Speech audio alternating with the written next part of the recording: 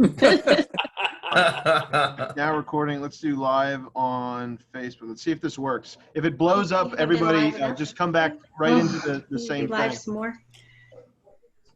If something pops up or goes wrong, Max, I've got a lot of experience with like streaming from Zoom, so just let me know if I can help at all, man. Roger that. I appreciate it.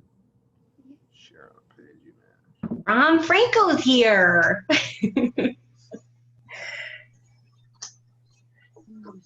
All right, I think it should be going live.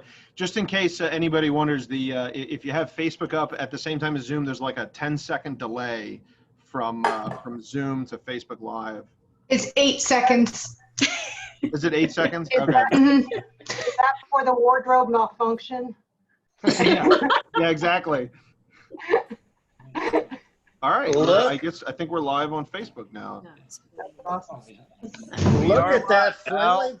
Look at that friendly group of people. Oh, look at it. It's Captain Franco. How are you, sir? Ladies, gentlemen, how is everyone? You need to give an authentic flight deck flight brief for us, please. Yeah, absolutely. Ladies and gentlemen, please take your masks off and the flight. And cocktails out, right? Cocktails out. Cheers. We're going to be landing about 3 minutes into the New York City airport, and we hope you had a great flight. That's pretty good. I'm sorry I'm walking. I'm going to grab a cocktail real quick, if you guys don't mind. All right. Well, so let's keep going around the room. The next person I have up here is John Weisenhunt. You guys would say who you guys are? Yep, John and Mary Wissenhunt, San Antonio, Texas. We're both retired Air Force. Have been all the Spacefest except the 2 and 3 because we were living overseas at the time. But let's see, our cocktail tonight is a Balvenie Caribbean cask malt whiskey. 14 years. Wow. And Max, we met when you came over and presented your wonderful product to Mike Collins, and I was his helper during that couple hours, and I helped him put it on. So that's that's great. Your work. So we're glad to be here, folks. Nice to see you again, John. Mike Marzano, you're up next. Well, hi, everybody. I'm Mike. I've known Max now for, about a year? We've been going back and forth.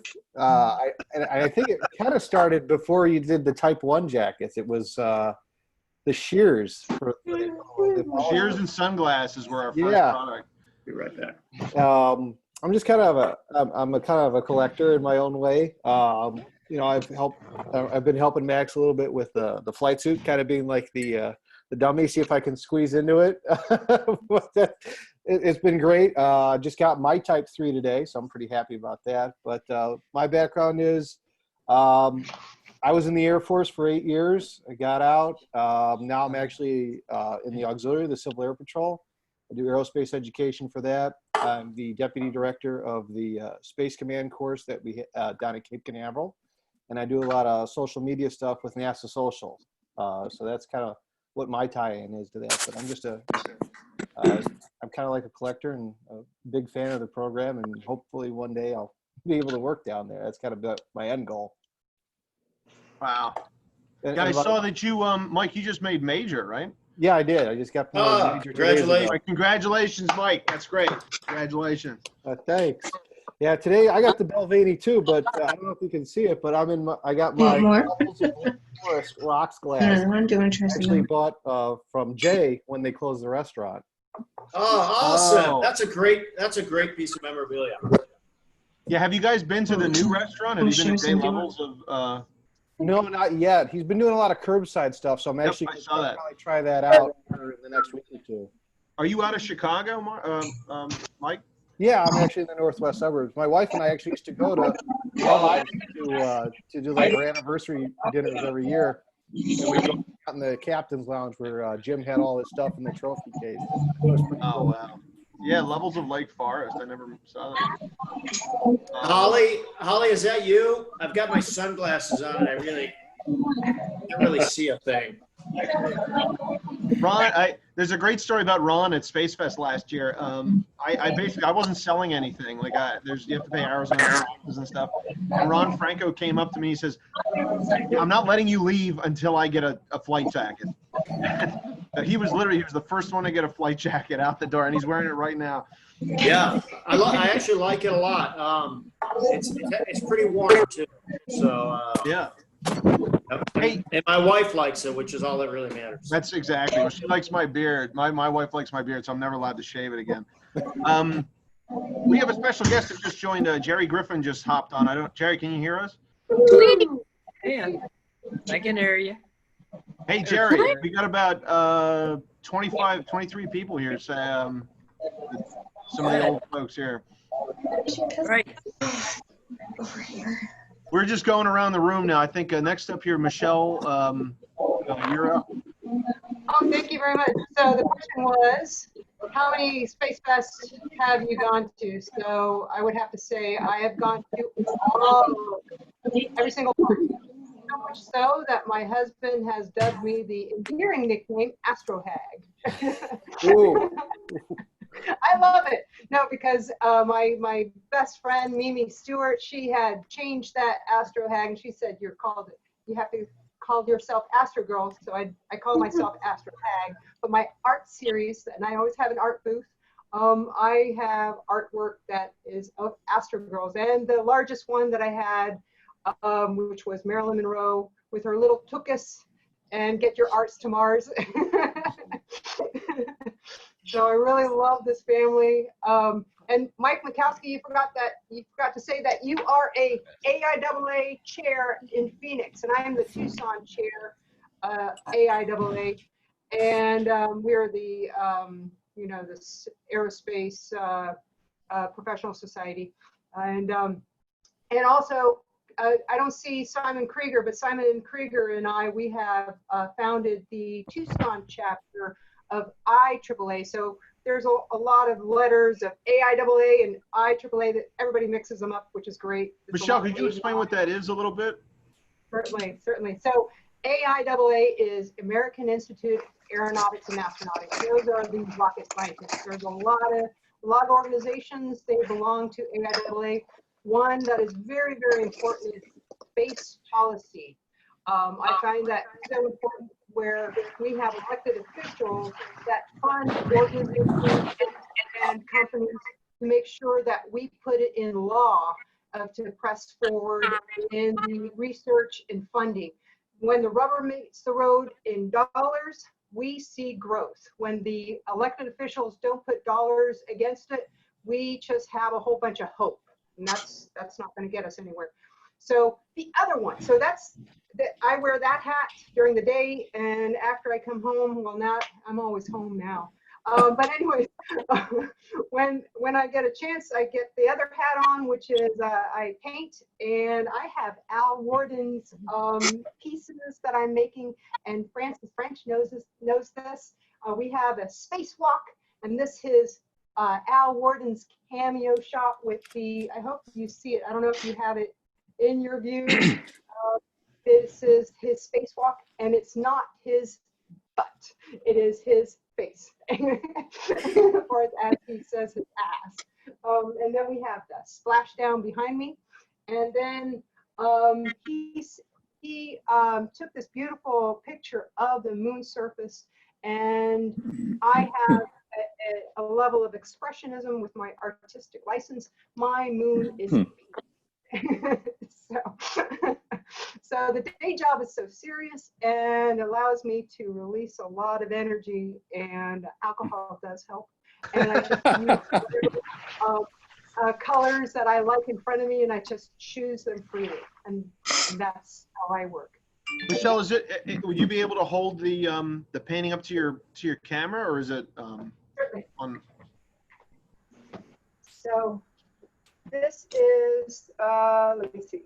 This is the spacewalk. This was a very difficult one to put together because you have seen this part within a picture, but you would have seen a very nice butt shot of Al on this side when he was kind of surfing, and there was no photograph other than one really good still. There was a video camera, and that video was very jumpy, and it wasn't easy to harness that. So Francis French, you were very, very helpful, and also Al Worden in giving that realism and that feedback during the 50th anniversary in Huntsville, Alabama. He saw the draft, which was pretty poor representation, and I just decided to make it all over again and bigger and better. So this is Al Worden's spacewalk. That's great. That's beautiful work. Thanks, Michelle. I know, Francis, you put in the book, Falling to Earth, that Al always wanted to, he didn't have a camera with him on the spacewalk, on the lunar, or the deep space EVA. And there's a scene of him looking back towards the hatch, and Jim Irwin sitting there, and the Earth is in, it was either the Earth or the Moon was in his, in the background. He says one of the most amazing sights he's ever seen. And I forget which artist did it, but there was an artist that did an exact, did a painting of what he described. Yeah, Al spent quite a little bit of time talking to Deke Slayton, saying, I'd like to take a camera out there. And this was the first time they did a deep space EVA. And so basically the simpler the better. They really made it simple. Al regretted that he spent about 38 minutes outside. He went, got one roll of film, came back, went and got another roll of film, came back, got back inside and went, wait a minute, I had like an extra 20 minutes scheduled. I should have just stopped and looked around. He really didn't give himself that opportunity. But there were some things he saw. And that's why I love that painting of Michelle's, because there are no good photos even of him. As Michelle said, the 16mm camera jammed with one frame. There were a couple of pictures Jim Irwin tried to take, but his straps were too low down. He'd actually strapped himself in the hatch wrong. So there are some really, you can't really see anything, in the pictures that he took. The only things that we have are Al's memories. And Pierre Millon is the artist I'm thinking of for National Geographic. As Al was coming back to the hatch, you could see Jim Irwin standing in the hatch, waiting to get that camera back, and a full moon behind him, just framing him. And it's an amazing sight. So Al worked with Pierre to get all the details right, like on Michelle's one, the bubbling where the RCS thrusters burned the side of the spacecraft a little bit. All that is absolutely correct. Yeah. When Al and I were in at the National Air and Space Museum in 2011 for the book launch, we did a whole bunch of book signing downstairs, and then we went upstairs to, as Smithsonian staff came by and got their copies signed, as we came around the corner, there was that original painting. I had never seen it before. Al hadn't seen it since it was done. And of course, we took some pictures with it and stuff like that, but that was wonderful. But I also love what Michelle did there, because as she said, she sat there with Al and talked about it. And then there was a lot of emails back and forward, trying to find little details like what part of the helmet attachment and what he had strapped on him and stuff. Surprisingly difficult to get, but we managed to work it all out. Now, what he could remember, we found out. What he couldn't remember, we researched and got there. And I think that's probably, her painting is one of the most accurate ones. What he never got to do, which is have that photograph taken. There are some other artists done some nice jobs as well, from like far, far away, as if the spacecraft's suspended in space from a distance, and there's Al floating out into the void. But of course, no camera could ever capture that. Yeah. Michelle, will you be doing prints of those at some point? I know you said you just finished it, I think. Oh, yes, definitely. I'd love a print of that. That's beautiful. Jerry, I see that your camera just came on. Do you want to say hi to everybody? Yeah, hi everybody. Sorry we couldn't get together this year, but next year we'll be ready. For those who need an introduction, Jerry Griffin is one of the flight directors and was you were the director of Johnson Space Center, right? Is that correct? That's correct. Yep. And you 13, 14, 15, and 17, Well, right? Is that right? Well, I was actually on all of the flights, but I was a flight director for all of them. But I was lead flight director for 12 and 15, Al Worden, and 17. Al and I got to know each other extremely well. No. Because of Apollo 15. He had actually been in the control center as a Capcom on Apollo 9 and also on Apollo 12. So he was around, and when he got assigned to to a flight, it was great because everybody really had a good time with him. He, as you all know, he was a hugger, a very efficient, let me say, goodwill ambassador to everybody, always with that smile and Frozen up or is it my computer? and that's the same way he flew the flight. He was and when you were talking a while ago about the fact that he got through early, that was kind of typical because he was by the book. Now that wasn't his style after he returned, as you all know. With he and Dick Gordon had some.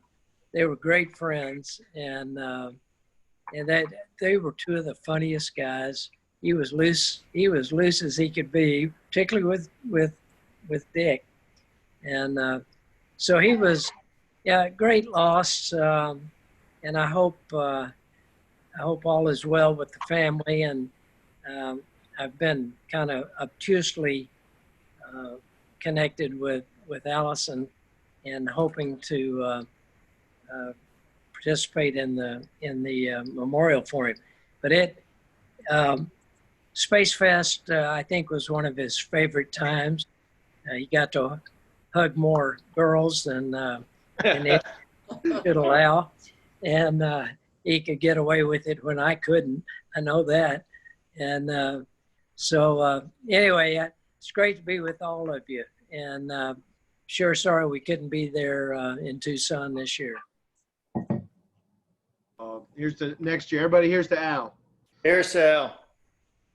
Cheers. Hey, Max, can I just cue in something with Jerry real quick? Yeah, go for it. So you may have heard this story before, about 3 or 4 years ago, maybe. But I'm on a flight in Dallas, and I'm saying goodbye. I'm standing up saying goodbye to everybody, and this gentleman walks off, and I look at my co-pilot. I go, "Hey, say goodbye to the rest of the people." And I go running down the jet bridge after this guy, and I catch him, and I said, "Excuse me, sir, has anybody told you actually look like an Apollo flight controller?" And he goes, "I am an Apollo flight controller. I'm Jerry Griffin." And I said, "You're kidding me." I said, do you have a business card? Do you mind signing something for me? And he was the nicest guy ever. Well, I met his wife that year at Spacefest, and she said, "You made his day." Unfortunately, they don't recognize a lot of the astronauts, and I'm sure the flight controllers don't get a lot of recognition. So that was a fun story. Do you remember that, Jerry? I remember it extremely well. I was outside the gate when you, I had already walked into the terminal just barely. And here comes this 4-striper up behind me saying, "Hey, can I speak to you?" or something like that. And it was really amazing. And it started a friendship that's lasted till this day. Absolutely. So, yeah, that was funny. That was fun. I'm really, you're right.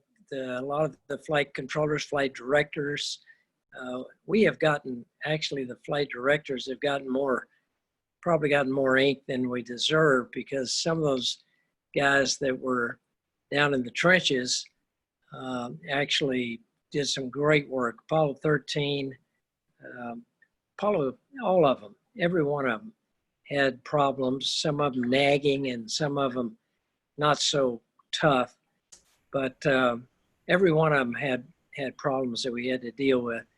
And the guys in the trenches really made the difference. And, we were in mission control, we were just the pyramid top on the ground. And shoot, there were people below us that all over the country that helped us. So it was, yeah, it was kind of neat to get chased down in Dallas. I think it was Dallas, wasn't it? Yeah, I think it was. And by the way, you moved pretty quick. Well, anyway, so maybe next year we'll get to say hello face to face. Yeah. And so it's funny. So last year, Jerry and I, it turned out we had been chatting and stuff, and there was when the mission control panel happened. I think, Jerry, you were the one who suggested, "Hey, let's throw jackets on all the guys and sit up on the dais in flight jackets." And my camera keeps going out of focus for some reason. I'm sorry. Anyway, so at the end of the day, we're both walking back to the rooms, and we keep saying good night, see you later, good night, whatever. And we keep walking in the same direction. It was like this awkward moment, and it turned out we were room next to each other. That's right. So I got to see Jerry a whole bunch, and without hyperbole, is he still listening? Is he? Hang on, mute your line for a second. Jerry's the nicest guy in the world. Like, honest to God, he is absolutely the nicest person and is the most accessible. Just I can't say enough about you, Jerry. You're incredibly generous with your time and thoughts. Well, thank you, and it's a kind of a labor of love. I've always thought, and I think most of you'll know what I'm talking about. I think there's a certain obligation of those of us that just happen to be young enough and at the right place and ready to participate in a great adventure to going to the moon. I think there's a bit of a requirement that we share that with the American people, particularly, but all over the world. But particularly the American people were the taxpayers. They were the shareholders in that enterprise. And I've always felt that if I could, when I can, and as long as I'm able, I'm going to be able, I want to be able to share the story with them firsthand. And it's fun for me to do that. And it's particularly fun today with the young people, the kids who are coming along. And I tell you what, some of the young people in this country ask the wildest question, and they're good. They know what they're talking about. And so it's been Jerry, fun. how old were you when you made Flight Director? I was 32. And when I got through, I was, in 1972, I was 38 when I got through. I was an old man by then. Does anybody else feel like an underachiever now? I retired as a flight director at 38 years old. I'm like, I'm 39 next month, man. Like, I've done nothing. Jesus. Just another toast, everybody, to all the guys and ladies from Mission Control who are still with us and who are not still with us. I'll join that. To all you folks there. Hear, hear. I'd love to say a few words next, Max. If I could. Allison, absolutely. Yep. Here. Hi, Jerry, by the way. Hi there. Hi.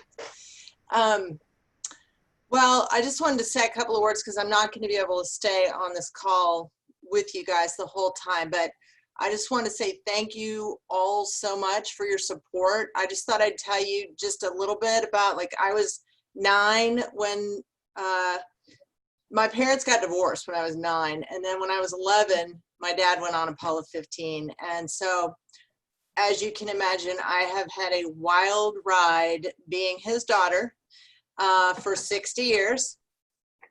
And he just moved here. I live in Sugar Land, Texas. He just moved here a year and a half ago to be closer to me. And I thought he was going to live to 114. I'm telling you, that guy was amazing. And, it didn't work out that way. So I'm still very surprised, as I'm sure a lot of you are. Such a vibrant, energetic, and youthful 88-year-old. And from day one, you cannot believe the support that I got from NASA. So I'm a stay-at-home mom, like 22 years now. I'm not in the service or any kind of engineering. Day one, NASA just like jumped in, totally supported me. They sent a flight surgeon over to the hospital. They helped me figure out, whether to transfer him to Methodist. And they had a neurologist that they thought was like a wizard. You have to get this guy to look at the images. And, I just feel like there was so much support. And I'm so grateful because in the end, it turned out to be sort of a puzzle that no one was going to be able to solve, unfortunately. It just got a little worse every day. So, I'm super sad. I'm, trying to sell his house, and I'm the executor of his estate. And it's been overwhelming in some ways, and then in other ways it's been so heartwarming because so many people loved my dad, and it's just been a blessing to hear all the stories. I've had people call me, text me, email. So I'm just so full of joy that I had such an amazing dad, and I had such a great time with him. We had a fantastic relationship, and I'm just so sad that it's over. But I mean, I guess, you know, he was 88, and I guess I wasn't going to be able to keep him to 114, even though I had a doctor tell me he was going to live that long. So I just want to say hi and thank you. And I know he would have wanted to be there, as all of you wanted to be there too. But, you know, just thank you is what I want to say. Well, Allison, Max, can I say something? Max? of course, yeah. Yeah, because I'm going to have to scoot too here in a minute. Allison, I wanted to say to you that we all knew that when Al came back to Kemah or South Shore Harbor, where I know where his house was, I don't know exactly what it was called, to be closer to you. It was a great opportunity for those of us that got to know him over 50 years ago, that we saw a lot more of him. When he was in Florida, we didn't get to see very much of him. I saw him at ASF events and things like that.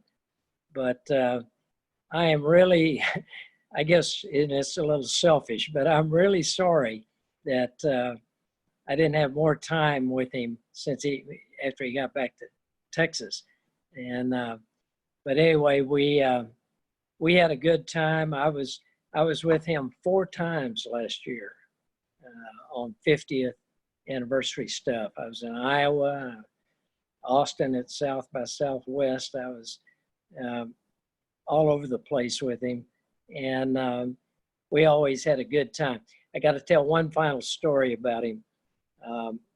He was very close to my wife, Sandy, and she says to this day, when Al Worden gave you a hug, you knew you had been hugged, because he was very vociferous, and you could tell he was a guy that was just full of love, and he liked people. Yeah. And what a neat guy. And anyway, Allison, you had a neat dad. Yeah, thank you very much. Thank you, guys. Here's the iconic picture of Allison with her dad on the sliding staircase. This is right around the corner from where Al ended up living again, right by the front gate of KSC. Yeah. I wonder what decade this was taken in. Yep. Allison, you remember when that was taken? Did you say when or where? When? Yes, I think like 71 or 72. Right around there. So I was about 12. So I'm rocking the mini dress with the white knee socks and the track shoes. Because that's what everybody wore. Yeah. Well, thank you all so much. We were going around the room just saying hi to everybody. I think on my screen anyway, next up is David Henry. Hi. Hi there, everyone. Lovely to see you all. We're down in Sydney, Australia. Oh, wow. We came to our first Spacefest in 2012 and couldn't stop coming after that. I think we missed one. So thank you to all the Spacefest family. And I think my second Spacefest, I was asked to work with Jim McDivitt and sit with him, which has been a hoot from that day till this. We haven't seen him for a couple of years, but we've been in contact with him every couple of days over this crisis just to check on him. Of course, I'm all right, kid. Could you let him know that I have his flight suit from Gemini 4? I will let him know. I will, for sure. Cool. Yes. Anybody You want to stand probably, into a show and tell? You probably guys want wouldn't to see it? worry about it too much. You've Yeah, got it go right get it, there. Max. Yeah, I'll go get it. Well, in the meantime, you guys keep going. Francis French is the next. Okay. But as you know, if you ask him a question, he'll do everything but answer the question. Francis knows that, I'm sure, and Kelsey. Even when he did an interview, I think at the Smithsonian, he, in the middle of it, he said to the fellow that was interviewing him, "Oh, but that's not what you asked me." And the guy said, "Well, why start answering questions now? We've been here for an hour." So yeah, he says what he wants when he wants, and Yeah. there it is. That is Jim McDivitt's recovery flight suit off of Gemini 4. Wow. Nicely. You just worn. happen to have that lying around, did Yes. you? It Yeah, just- just I picked it up on on eBay. Fantastic. So yes, thank you very much to Kelsey and Sally. I see Rob down there. Everybody. Howdy, Rob. Yeah. Rob normally has to put up with me. Yes, David helps Rob with the photos. So it's been wonderful for us. Just something we would never get to do down here. Never, ever in a million years. So. Well, you know what's interesting is how many Australian NASA fans there are. Just I know from my perspective, I send a whole bunch of flight jackets and NASA stuff to folks in Australia. Great. Yeah. Yeah. There's usually quite a few at the Spacefest too, which is always good fun. Yes. Is there a reason? I mean, I know that like flight controllers and there were listening stations and stuff in Australia. Is there a tangible like connection there? I'm just curious. I don't really think so. No, I don't think so. I don't think so. Hey, I'm Australian. Hi. Right, where are we looking? Where are you? I'm in Geelong. It's Anu. I just joined today. Ron Sparkman invited me. Hey, how are you? I don't know. Hello. I'm in Geelong in Victoria. So I'm a PhD student. That's where I was born. Oh, fantastic. Who said that? Home week. Yeah, I don't know why there's such a big following down here. It's great. It's such an honor. What time is it there, by the way? It's probably, was it 9 o'clock in the morning or something? It's It's like 10. Yeah. Yeah. Yeah. You're in Twisting tomorrow. It's Scotch. Sunday for you guys. Sunday morning scotch. Wow. And cheers. Cheers. I like Australia already. Francis, you're up next if you want to go. Oh, sure. Well, I know, Australia is very much like England in that if you're from there, you don't have a space program. You're kind of vicariously following other places. Reminds me of something that came up on the call earlier, though, which is, I'm not sure if Jerry Griffin knows this, but, today is, I believe, the 41st anniversary of Australia's greatest contribution to the space program, which is being a trash receptacle for American space stations as Skylab strew itself all across the outback there, so that's what Australia does with the space program. It gets other people's junk, unfortunately. So you remind me of a great Jim McDivitt Al Worden story, though, which I know Jim enjoyed telling and tells it differently every time. But Al, being from Jackson, Michigan, was the hometown boy. He was the astronaut who got the parade when he came back from Apollo 15. Jim McDivitt's parents moved to Jackson, and because of that, because he flew first, Jackson named a street after Jim McDivitt, and they made a big deal about his house and all. And of course, that set off this good-natured rivalry of like, "Hey, this is my town. Why are you muscling in on my town?"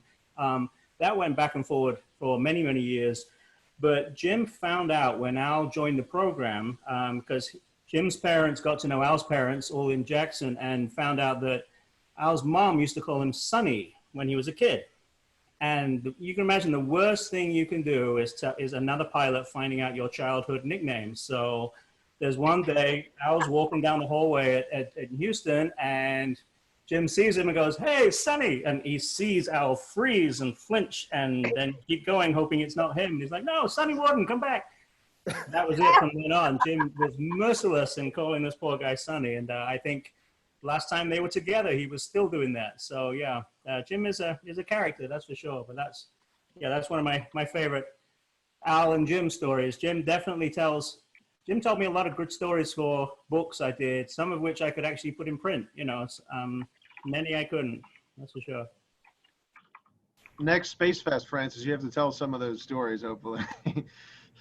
The reason some of these guys told me stories is because they knew I wouldn't share them with guys like you. You know, that's how it, loud and clear. You know what I mean? Yeah. Taylor, you're next. I know you mentioned some stuff before, but if you want to say hi. Taylor, Yeah, I'll say hello. Hi, I'm Taylor. Fairly new here to the Space Fest. I connected with Max over my last deployment last November, doing some Googling in between flights. I'm active duty Air Force, actually. Graduated from the Air Force Academy back in 2014 with a degree in astronautical engineering. And I'm actually now finishing up my master's from Florida Tech in space systems. I previously was flying the E3 AWACS, which is the airplane with a big dome on top, a big radar. But I got the opportunity to switch airplanes to the KC-46, the Air Force's newest, latest and greatest. And I'm in the middle of that training right now, which is pretty awesome. Unfortunately, I was hopefully planning to go to Space Fest per Max's invitation here this summer, but of course COVID got in the way of that. So I really hope that my schedule lines up with it and I'm able to go next year. And I'll also say this is my girlfriend, Allison. Hi. She's just putting up with my space fandom or my fanboy and putting up with me since November. I've gotten a hold of pretty much everything Max has in stock. So the Type 1, the Type 1A, the Type 2, the Type 3, and the flight suit, because I wear a flight suit every day for work. It was really cool to get a hold of that and test that for Max. He's one of our testers. Taylor is one of our professional testers of flight suits. And Allison, I heard through the grapevine that you don't like the Type 3 jacket because the color doesn't match his eyes or something like that. I have no comment on that. It's a great jacket. It's fantastic. So yeah, happy to be here. Happy to connect with the Space Fest family here, and hopefully in the future I'll be able to make it down to Tucson and join everybody in the summer. Hey Taylor, I have 3 words for you. Yes. Fast, neat, average. Friendly, good. Nice to have you aboard. Yeah, thanks. Ron, what'd you fly in the when you were you Air Force or Navy? I was also Air Force Academy astronautical engineering, maybe a year or 2 before Taylor. And we're lucky enough to fly the T-38 and the C-130 and a flight in the 2 in the F-15 and the F-16, but nothing more spectacular than that. Nothing like Taylor's been doing. So. Are you flying A380s now, or are you? I'm flying 3. I just got off the Boeing 737. I'm flying Airbus 320 family now, so I've gone to the dark side. And if I could, I'm not going to say anything else, but I want to ask Francis French something. I've seen a lot of bookshelves in my life. A lot of them have been by name or year, but that's the first color. That's the first color-coded bookshelf I've ever seen. So I'm mildly impressed, Francis. Well, the reason behind this is it's exactly what I didn't want to do. I went to LA once and I saw a place that sold books for television productions, and it was the most soulless thing I ever saw, because it's like, we can sell you a row of blue ones or a row of green ones. Didn't matter what they were. I thought, what a horrible thing to do with books. And then, I think we've all watched Marie Kondo, and she's saying, get rid of the books that you don't care about so much. And then the book community was all like, no, books are not decoration. So this is the last thing I thought I'd do. I've done so many of these Zoom calls and interviews and things recently, and I also couldn't find anything. I'm looking and I'm like, what was that book called? I don't remember, but I remember it was red. That much I do remember. So this has actually helped me. I've kind of got, I've actually kind of gone full spectrum here, which is, yeah. Is it in order, Francis? Are you doing the Roy G. Biv? I think we're all doing everything we can in this quarantine time. I think I've sparked joy in Marie Kondo this house like 3 or 4 times and something else. But when the other thing about when you're a writer, if you can afford to stay in place, if you can afford to be safe and healthy and everything, not much changes. It's like, what were you doing before all this? Well, I was staying at home every day and writing. What are you doing now? Well, I'm staying at home every day and writing. It's allowed me to do a lot of writing, which has been very good. So in that way, it's good. But yeah, this is the kind of thing that happens when you have too much time on your hands. All of a sudden, you have a rainbow in your bookshelf. Yeah. Francis, you could have just asked me, man. I just posted a picture. There you go. It looks like it's real, right? I could have got you, man. I could have got you covered. Whole green screen thing. Hey, Brandon Franklin's next up on the list. Hey guys, I feel like since I don't know, low person on the totem pole compared to everyone else. It's awesome seeing Jerry and stuff. But no, I met Max. I worked with him a little bit on different things. I met him because I did a review of his Type jacket on YouTube, and then we kind of got hooked up through that and some other things. And I've got his Type 3 on right now. But always been a fan of NASA. My father-in-law worked for NASA back in the day. He worked on the shuttle program. He was a SRB. He worked mainly on the SRBs. He has a funny story where they had to make a critical change to one of the controllers for the SRBs, and so he got it done. And they're like, "Oh, we'll just ship it down there." And he said, "I'm not shipping this thing. I've just spent the last 2 months working on this. I'm going to deliver it." He goes, "I need my coworker, a suitcase, and a pair of handcuffs." So he got those items and to a suitcase, and of course you couldn't do that now. And flew down there and forgot the keys, and they had to use a hacksaw to get the handcuffs off of him. They got the unit delivered, and they were able to launch and all that. I forget what STS that was. You remember? 76, maybe STS 76. Is what he did on that. But no, I'm a software developer by trade. Got a couple other businesses doing 3D printing and other things, but fairly new to the whole NASA thing as a whole. And you're not gonna tell them your big hobby? Which one? He's a blacksmith. Yes. Custom knives. They're beautiful. Yeah. Thanks, Max. Yeah, blacksmith. That's been doing that for about 3 years now. That's kind of taken off, so that's a lot of fun. I've just got too many hobbies to mention. We'll be on here just listening to me talk if I list them all. But are you 501st also? I'm not. No, I'm not actually. That's definitely a goal of mine. But yeah, I do cosplay on the side as well, design and 3D print. My own cosplay stuff. I've got a huge lineup of them in my theater room. And but no, none of them are 501st approved. That's definitely a goal. Did you build that helmet behind you? Yes. Helmet? The Short Trooper helmet. Yeah, I built that. As well as the I don't know if you can see it, but there's a Blade Runner blaster back there as well. Awesome. Yeah. Bruce, you're up next. Bruce F. Hey guys, sorry, I haven't figured out how to switch my last name. I'm usually on a group and it's like there are several Bruces, so it was easier just to go Bruce F, and last name's Feingold anyway. So last year was my first Space Fest. I had only heard about it a few months before, and signed up for the full package, and met a lot of you guys, a lot of other people, all the astronauts. It was just it's kind of overwhelming, kind of kid in a candy store kind of thing.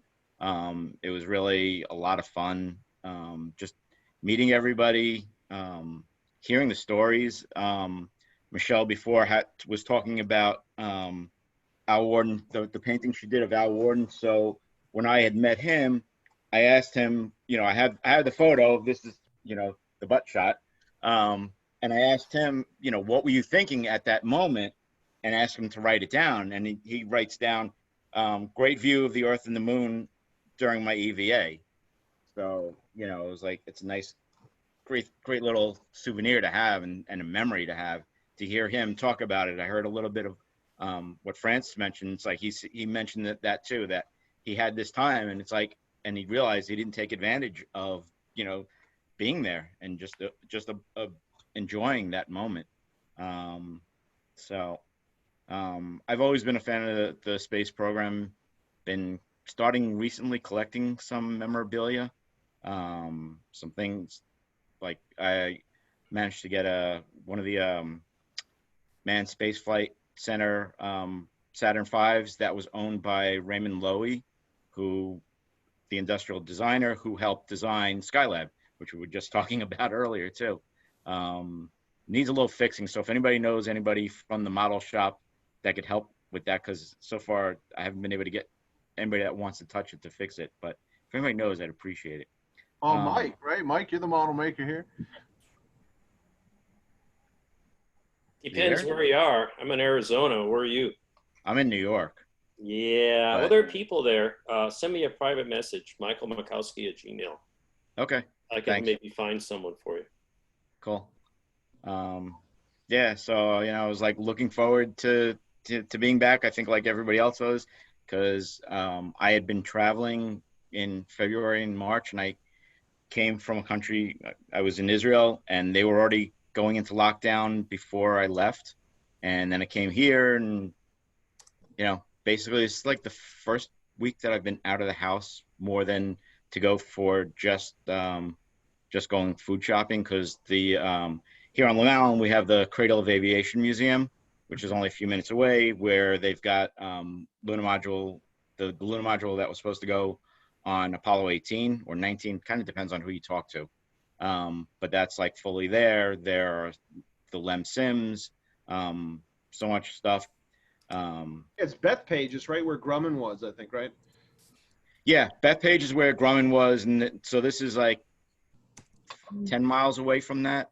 That's a great museum. I've never been, but I have a friend that works there. I'm in Philadelphia, so I'm not too far away. Yeah, you should come up, Max. Yeah, it really is a great museum. There's a lot of space stuff. And back in December, Leslie Bean was there. And, it was like a private thing for members to go and meet her, hear her talk. And didn't know it at the time, but Mike Massimino was the one that was there to introduce her. Apparently, Alan Bean was Mike Massimino's mentor when he was in the space program. So it's like, here's a whole new story I'd never heard about. So it's like, it's just great. I found, everybody to be so open and welcoming, and, just, and sharing the stories. I think that's what this is all about. And Mike Massimino, who's got the best New York accent, like he made a pizza in space or something, Hey, thanks, Bruce, and thanks for that picture you took of us in the hallway there. I really appreciate that. Yeah, it was just, we just happened to be crossing paths. I'm a professional photographer, so that's like, just perfect for it, timing. yeah. Man. That means a lot. That's a special picture. And Jesse, who's in that picture? Jesse, you're up next. You're just say hi. Not sure if you guys can hear me or not, but yeah, you can hear you. All right, cool. Yeah, I'm the research consultant with Lunar Replicas, so I'm the guy that's scouring through books and online for reference pictures of things that we could potentially be making for everyday use, like the shears. Like I said, the flight suits have been stuff that we do, but I've been helping Max for almost 2 years now. 2 years, yeah. Actually, it's 2 years this July. It was July 2018 was when I took over. Yeah, because I started helping with Jonathan when he originally started it. Oh, now we lost you. Jesse, we lost your mic. Oh. Yeah, still can't hear you. Your mic went out. Yeah, I can't hear anything either. Oh, my connection was going out. There you go. Why don't we we'll move on if you don't mind, and then we'll see if we can fix the mic. I was gonna say, yeah, we don't want to stick with me. I'm not anybody exciting. I'm not an Air Force pilot. Jesse does a lot of the indie wrestling stuff. He's a ref for indie wrestling circuit in all over. All over the U.S. I think you've come to Pennsylvania before. You're in Tennessee right now, but Jesse's great. It's a real pleasure to work with. Such an Apollo fan. I have a confession to make. I wasn't a huge, NASA research guy until the last 4 or 5 years when I started really getting into this stuff and looking to make the jackets and everything. Of course, I grew up with Apollo 13 and stuff, but no, I'm kind of a newcomer, and Jesse helps fill in a lot of the details that I'm missing. So now I'm working on shuttle era details. So it's very helpful. Yeah, I just added a new book to my collection. I found this yesterday on my travels. It's an actual NASA book covering nice. So, and That goes on Francis's blue shelf, I think, right? And then I also came across this one as well. I was very excited to find this one. How to go to the bathroom in space. Yeah, They won't go see- on my shelf because Emily Carney's on this call. She's going to run over there, shank him, and steal him because they're Skylab. You know that. I knew it. I literally had this thought. It's like, if I post that I have this, Emily is going to find me. Yeah, don't post that. That's a bad idea. Don't know where I'm at. So I'll yeah, be in your house. technically, I got 2 Skylab books yesterday. It was very fantastic. So very happy about that. Ron Sparkman, you're up next. You want to go again? I went first. Yeah, just real quick. You know, I think Oh, cool. a few people joined us since then. Sure. Like, I mean, listen, I am one known not to shut, up. So I'm always glad to talk about stuff. But so I do a bunch of different things. I work for the Space Foundation as the Space Foundation Discovery Center's chief curiosity correspondent. So I'm the host of some shows there. I do some stuff within the Discovery Center itself. I also work for Explore Mars as a communications and social media manager. And then, of course, I have my own business, which is a space media company called Stardom. We do everything from talk about astronomy stuff to cover rocket launches. So I'm really kind of all over, but really for the industry, I do a lot of space social media consulting as well as hosting. I'm doing different events, co-hosting, anything like that. So if anybody ever needs a guy, I'm your dude. Feel free to hit me up. And there are a lot of really cool people here that I get to see all the time. A lot of people I call friends, and I'm just glad to be here and enjoy it with everybody. Spacefest for me was a really cool thing a couple years ago. For as outgoing as I am, a lot of people find it surprising that I'm a little bit of an introvert, and I'm really scared when I get around people. I know that I speak really fast, and it kind of throws a lot of people off, so I'm really self-conscious about that. And so it was really like the Space Hipsters group that I got to kind of hang out with that made me feel welcome at Spacefest. And then I got to be friends with Kelsey and Holly and do some really cool stuff, even with them at LA last year at Yuri's Night. And one of my favorite pictures actually has Captain Franco in it. It's me, him, Ron Guerin, Tim Dodd, the Everyday Astronaut, and Phil Plait. And it's like just me nerding out, holding my camera up like, it's all these awesome people. And then there's this guy. So yeah, it's a pretty cool thing, man. So I'm obviously a really big fan. Ron, you're awesome too, man. I really appreciate the comment you made. Also, is that you can be on, like, so I work in the entertainment industry, and I know how it feels to be somebody who's on in almost like a character, and then in person you're really shy, and I had a problem with that years ago, and what helps here is that we're all the same geek. It does, it really does. And hey, Ron, I was lucky to be in that picture with you, and I think we're all just the same, like you said, the same geek, and it's an honor to be here seeing these friendly faces this evening.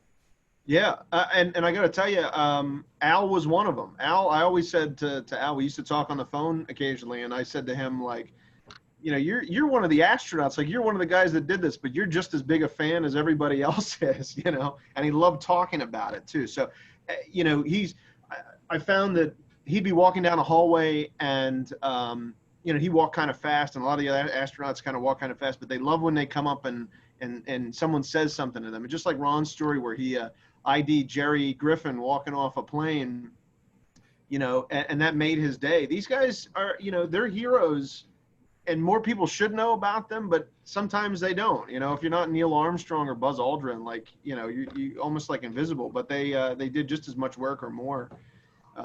Anyway, that's all to say. The thing about Al that was special, I think, if you don't mind me jumping in for a second, Yeah, Matt, of course. was, there are those socially awkward people who, we've all been that awkward teenager at 13 or 14, and we've met some like rock star we were loved or pop star or whatever, and we've been like, oh, that was, never meet your heroes, that wasn't good. It's always hard to know whether it was us just being shy and stammering and geeky, or whether it was them not being very good people, or whatever it was. Al would take the time for those adults who were socially awkward still and make them feel special. You had no obligation to do so, but you saw it. Those people would like hover on the edge of conversations that they weren't really part of, and you're like, what are they doing? And those kind of people, you just felt like they were trying to find a family, but they couldn't. I would remember their names. You'd see them the next year, be like, hey, how are you doing? And would actually make them, make their year. And no reason to do that other than he was that kind of guy. I was really impressed because I don't know about you, but I get a little bit tetchy every now and then. I get a little bit fed up with like, yeah, what do you want to some people? And he never, you know, he never broke character in that way. He just did that, which I don't know. There's things I watched him do like that. I'm like, if I could do that, I would be a better person for imitating that. Well, I think you nailed it, though. I don't think it was a character. I think that was just Al. Al was an energy, and you guys knew him a lot more than I did. Like I only knew him for like a year, but I said like he's one of us, man. Like it was just so cool to have that access, and he loved it. He loved educating people, and I think his biggest thing was kids. He wanted to get them while they were young, so that he could help with that trajectory in some way. And I think the Endeavor Scholarship is something that we'll be supporting. Lunar Replicas is going to be supporting the Endeavor Scholarship moving forward, but that's exactly what that kind of thing was for. And if I can add just one other thing too, because I was kind of talking a little bit about imposter syndrome, and it's interesting because Dr. Proctor, Cyan Proctor, I know she was on. Oh, there she is. That's here now. We were talking about that a little bit, like right before this started, about dealing with it. Even when you get to do a lot of great things, people start to know your name, ask you to come to events, speak on panels. You still kind of feel like it's difficult. Cyan's been on a bunch of TV shows, has done all these really incredible things, and I love that kind of honesty about it. But there's this really great story from one of my all-time favorite writers, Neil Gaiman. And Neil Gaiman had gone to this event, and he's sitting in the back, and he's just wondering why he should be involved, why he should even be at this event with all of these incredible people. And he starts to talk to this older gentleman, and while he's sitting and talking to him, they're going back and forth. The guy says something to him, and he says, "I don't know what the big deal is. I just went where they sent me." And he was talking to Neil Armstrong. So Neil Armstrong has imposter syndrome, and Neil Gaiman, one of like the greatest writers, comic writers, graphic novels, everything that's been around for this last few generations. If they have it, then it's something that can be kind of in any of us. And if you can find that way to eventually find your voice, it's a really important thing. And if it wasn't for a lot of the people that are on this call right now, I wouldn't get to do the things I love to do and say like, this is my job. I get to talk to people for a living and be a space nerd. So yeah. Well, thank you, Ron. Actually, that's a great segue. Dr. Proctor, you're up next. Hi, everyone. This is my first time visiting the group, and I unfortunately have not ever been to Spacefest, even though I live in Phoenix, Arizona. I'm a geoscience professor at a community college here in Phoenix, and I also love space, as you can see behind me. But I'm a moon baby because I'll grab it. I was born on Guam because my father worked at the NASA tracking station from 66 to 70. I was born 8.5 months after Neil Armstrong stepped onto the moon, and Neil Armstrong did the tour of all the tracking stations. So I grew up with Neil Armstrong's autograph to my father on his office wall. And so this is one of my dad's certificates for Apollo 11. And so he was I guess you'd call him a hidden figure in NASA. And so I have a little bit of space history in me. And so I'm just happy to be here. Thank you. Well, thank you. And you're an educator, right? You're a STEM educator. Yeah, I teach geoscience, geology classes at the community college. And I'm also in the Civil Air Patrol, hence my shirt. I had a meeting today. So I'm an aerospace educator for Civil Air Patrol. Cyan's being very humble. She does a tremendous amount of wonderful outreach and a space communicator, STEM communicator. She's awesome outreach person as well. She's being very humble about that. She's also one of the new board members at Explore Mars, so technically she's one of my bosses now, which is a pretty cool boss to have, right? I didn't realize that until now, Ron. I have power. We picked you for a reason. another educator and geek like us, Emily Carney. You're up next. Hey, so it's me. Sorry, and this is Bandit, my sidekick. So, yeah, I guess I'll talk a little bit about what we're doing with Space Hipsters. So anyway, we now have 19,000 plus people in Space Hipsters, which is just nuts to me. We started the group with 4 people in 2011, and we're coming up on our 10th anniversary next year in 2021. And also, I've been writing a blog for the last 10 years. It's now on the National Space Society website, and it's coming up on 10 years, which is also crazy to me. It doesn't feel that long. But anyway, we were all, obviously I was, and we all were really looking forward to going to Spacefest this week. And obviously due to COVID, it did not happen. But we've had a lot of other great things this week. Though they had the Outward Odyssey panel earlier, which was really cool. I still need to watch all of it. I haven't caught all of it yet. I was out of town for a little bit today. But and Space Hipsters, I'm just going to do a little bit of self-promotion. We have done, and I want to also say we've gotten, it's not just me, we've gotten a lot of help from the other moderators as well. But we've done these kind of neat Zoom meetings on Saturdays where we talk to some really interesting and cool space people who are really big right now, or who have been really big. The last one was with Francis French and Jay Galantine, kind of slugging it out over crewed versus uncrewed space flight. It was a lot of fun. But we've had a lot of guests, and I'm probably leaving a bunch of them out, and I apologize. But we've also had Fred Hayes, which was just a trip for me as somebody who watched Apollo 13, I think, a million times on VHS as a kid. It was just nuts to have him on there and to be able to chat with him online. So we've kind of stepped it to the plate a bit with the Zoom events to kind of try to create, the same, okay, we're going out and talking to space people and, trying to create the same sense of doing that.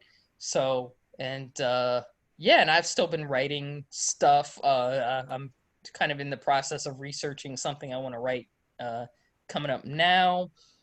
But yeah, that my blog is on space.nss.org, and you just go under blogs and the space available tag. So yeah, is there anything else you guys would like me to talk about? Any I questions? heard something about a mutiny on. Of course you would. Gonna reset the clock, right? I brought up the same thing on that happy hour last week, man, and it was exactly the same response. She's like, ah! Just you're going to be pigeonholed with that the rest of your life. That's oh yeah. It's not a bad thing to be pigeonholed about. That's fine. It's been kind of nice to have an opportunity to at least debunk it. Yeah, so it's been nice. Yeah. Well, So it listen, could be worse. the truth is, it's one of these. It's a reputation thing, and I think that those guys would appreciate, Anyway, that's a whole nother sermon. Laura Blum, I see you're at the Star Pass Tucson just like I am. Oh, I think you're muted. Hang on. Mute. Okay, got it. Been to Spacefest, I think 3 times. I started out the weird little kid who was oddly obsessed with John Glenn, and then kind of went in and out of space love, and then moved to Florida. And I live in Central Florida, close enough to see launches from the driveway, and kind of got back into, liking space. And then I found NASA social people, and I thought, oh, I found my people.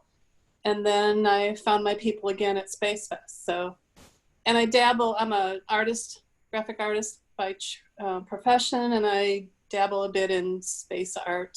So the space art and space combination for me was like a win-win. That's it. Awesome. Well, we'll see you. Hopefully see you next year. Let's see. I hope so. Ray Katz. Hello. Hello. Okay, I'm hoping you guys can hear and see me. I'm a space geek, and I collect historic space memorabilia. I do not know any other space geeks in person, but through Emily's wonderful Space Hipsters group, I've been in contact with folks, so that made me feel a little less alone. Also, a couple of weeks ago, online I met Max, which was also great because He is now the only space geek I know who lives in the same city as I do. I'm in Philadelphia as he is. We connected in part because I posted something that that caught his interest or his attention, and that was something that belonged to Al Worden. It's a canvas bag that he used to carry training materials when he was flying around the country in his T-38. I bought it from some dealer, and that's caught Max's attention. That's what we connected on. And I don't know what else to tell you. I'm happy to be here. I have never yet been to Spacefest. Obviously, this year it's not happening. My work doesn't allow me to travel much. So I haven't been getting around, and now no one's getting around. So that's pretty much it. I'm happy to be here. I've really enjoyed seeing all the interesting people here. And hey, Ray, listen, if when I go next year, you're welcome to we could fly together if you're interested, if you have time. I would love to, and I'm pretty sure I will have more travel time when we're allowed to travel again. Yeah, great. Well, nice to see you, Ray. Rob Gallagher, you're up next, also in Tucson. Yes, in Tucson, as you can see. Rob Gallagher, I work for Nova Space, so I've been at every Space Fest since the beginning in Mesa. And I want to say hello to a few people I recognize. John's there, and Heather and David were on earlier. I don't know if they're still there. And Holly and Kelsey, my co-workers, and Francis and Emily, a few others. And if I missed somebody, I'm sorry. But I do want to say, hey, Francis, how are you? I miss seeing you this year. I'm looking forward to next time. Yeah. I miss seeing all of you, especially those that were going to be there for the first time. But I do also want to say that, hey, without our volunteers, we would have a lot of difficulty putting on this show.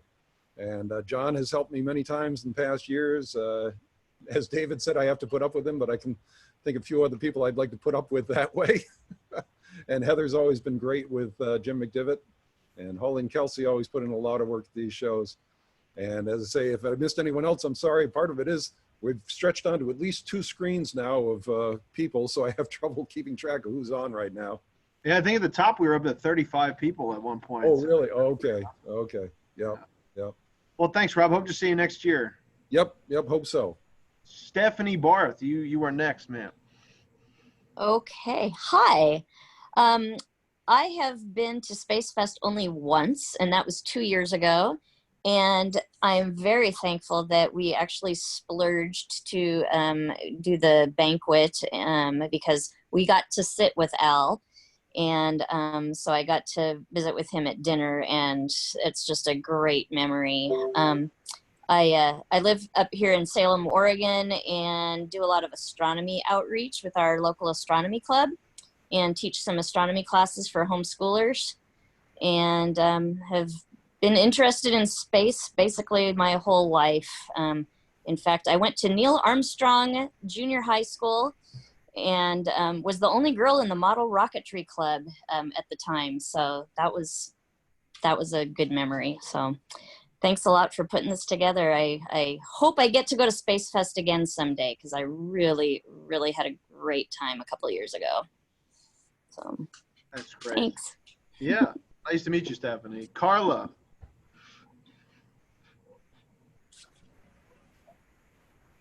Me? Okay. I wasn't expecting that. Oh gosh, we've been to 2 Space Fests and we've absolutely just loved every second of it. The things you say about Al Worden are all true.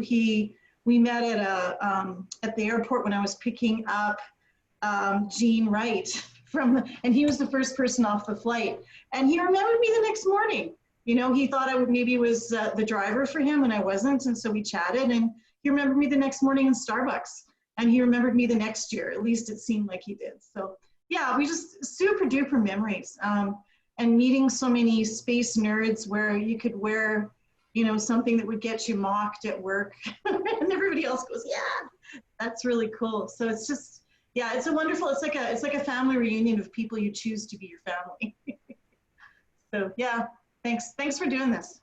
Oh, my pleasure. Yeah, I think it goes back to this common interest thing. It's beyond that. Like, a lot of people here have modeled their lives or wanted to be part of NASA or engineering or math or science or, you know, education. And this is the birthplace of it, you know. So being able to talk about it is pretty cool. I don't know about anybody else, but I'm a big Star Trek fan. I love going to Star Trek conventions and being able to geek out about, you know, one episode or the other or whatever. This is at least a little bit more acceptable because it's real science and aviation and all of that stuff. So, you know, but the same vein thing. I feel like we're all the same geek, but it's all positive. Tom Celentano? Yes, you pronounced it correctly. Thank you. I did? Yes. Oh, wow. Not everyone does. Anyway, I'm in Connecticut. It's good to see everyone. You know, space enthusiasts going back to the Gemini days, back when I was in first or second grade, I guess. I remember Skylab also, and I'm wearing a Skylab pin. I remember the day it returned to Earth 41 years ago today. That was interesting. Anyway, I've not been at a Space Fest. I've seen the pictures in the past and been envious and hoping maybe I can attend next year. I hope to attend this year, but didn't work out. But I would be hopeful for next year. Just looking at some notes. So certainly, I'd like to be a member of Space Hipsters. I've met Emily a couple of times at some events. I might have met others of you. I think I might have met Francis at either an ASF event or possibly the National Space Society. It was at last year's National Space Society conference in Virginia where I met Gerald Griffin for the first time. As everyone said, such a nice man. And I met Al Worden that time for the third time. And no pun intended, he was certainly a down-to-earth man. Act like a real human being. Even though he was a celebrity to me and to so many, but he was great. And I hope to meet him again. But that was not to be.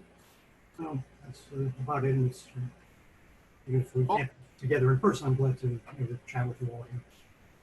Well, Tom, hope we meet you soon. That'd be great to see you at the next one. Paul Ring, you are the next one, sir.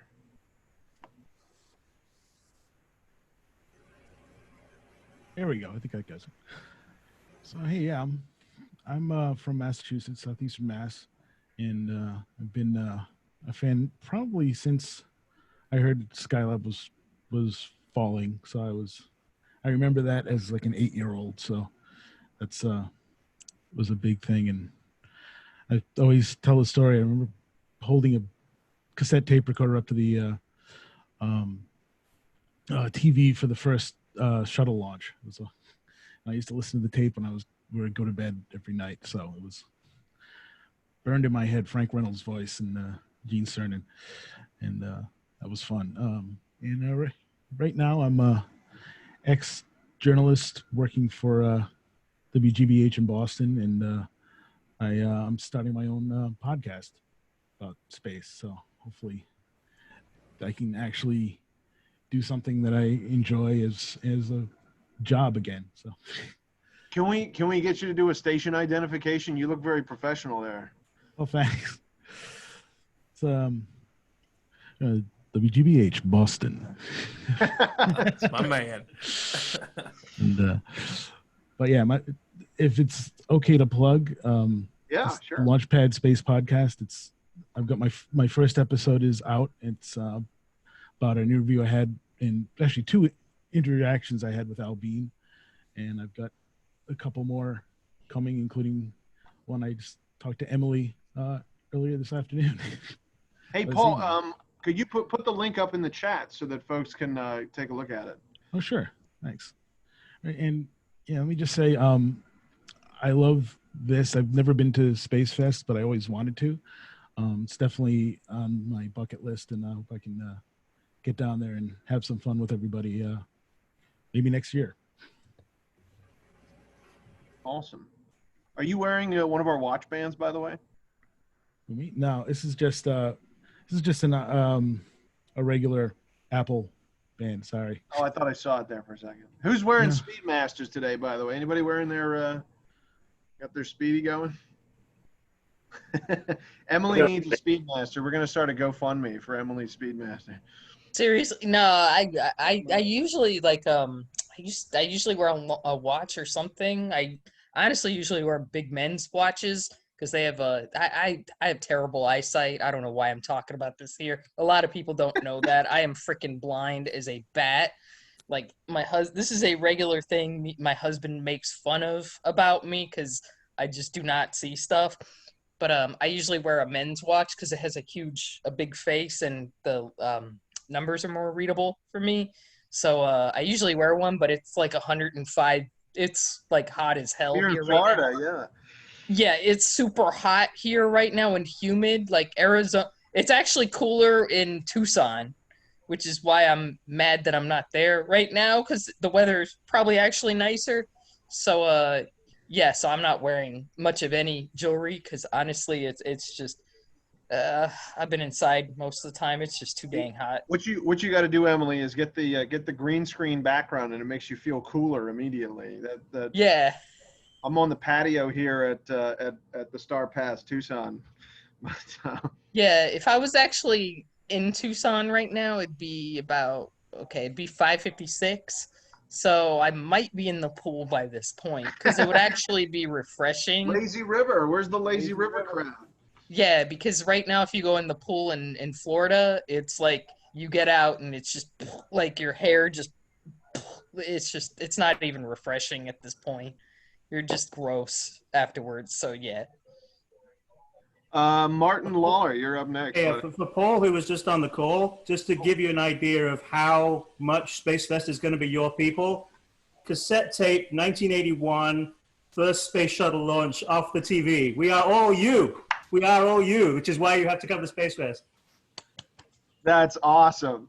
We're the same geek. I love it. All the same. Yeah. One of us. One of us. Oh, man. Martin, let's hear from you, buddy. Well, it started on the outskirts of Ada, Oklahoma at a 1,000-watt radio station. No, can you hear me, everybody? Oh, yeah, you're good. You're live, brother. Okay. Well, I'm the same age as NASA, and my first recollection of space stuff was being really mad when I was about probably 6 or 7 years old because they interrupted cartoons Saturday morning to show a launch. But shortly after that, I got engrossed in the space program, and to make a long story short, I've been into it ever since then. I've been to 3 space fests. How it happened without me knowing about it and me being an internet computer nut, I have no idea. But I think I went to Space Fest 7, and I was sitting at a table during the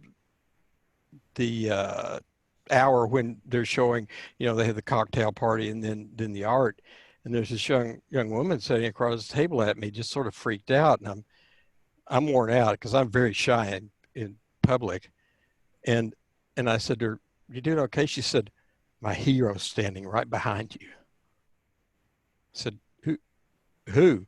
Mike Collins. I turned around, there's Mike Collins' elbow almost to my face. And I stalked him for about the next hour, but it met him just amazingly.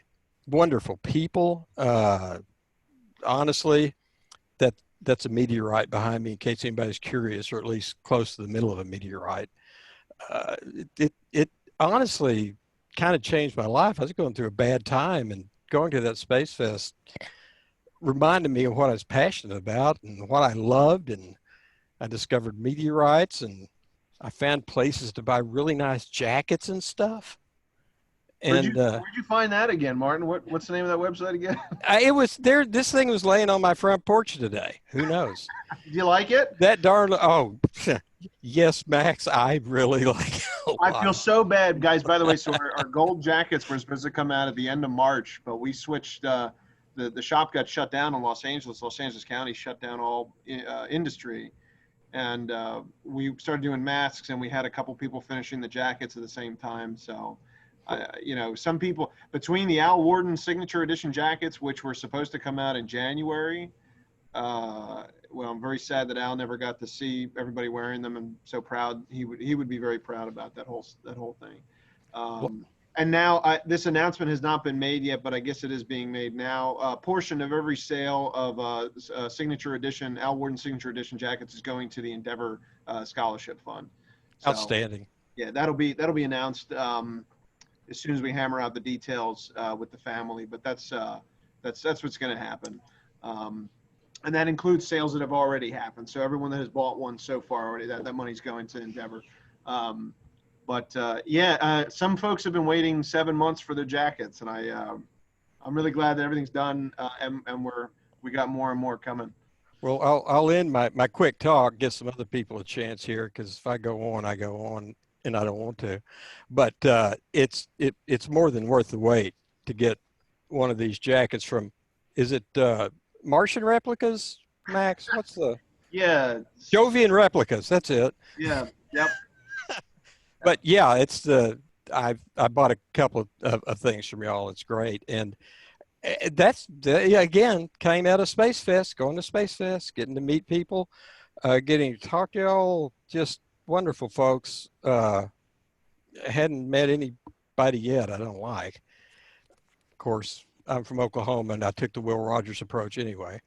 But it's great, and love all the stuff. I'll go on, but I'm glad to be here with everybody. It's really this is great a wonderful thing, man. Yeah. Hey, I believe I see Dot Cunningham there. Hello. Hey, Dot. How you doing? Good. How are you? With whom am I speaking? It's Max. Oh, hi, Max. How are you? Well, hey, you said cocktail time. I have my cocktail. There it is. All right. How's Walt doing? Cheers to everyone. Cheers. How's it going, Dot? Dot, you and I emailed a little bit last year. I got to go with Walt to an event with One Orbit out in Chicago, and I got to run around with him, and it was one of the best experiences I've ever had. So we talked for a real quick moment, but it's nice to finally see you face to face and say hi. You're welcome. I'm glad you enjoyed it. Well, I've enjoyed all the conversation here. I'm not quite sure I agree with all of it, but it's been fun listening to. And a jacket, I'd be interested in one of those, Max. Oh, you like the gold one, Dot? Yes. No problem. Okay, thank you. How's everybody doing down in Texas, where you are?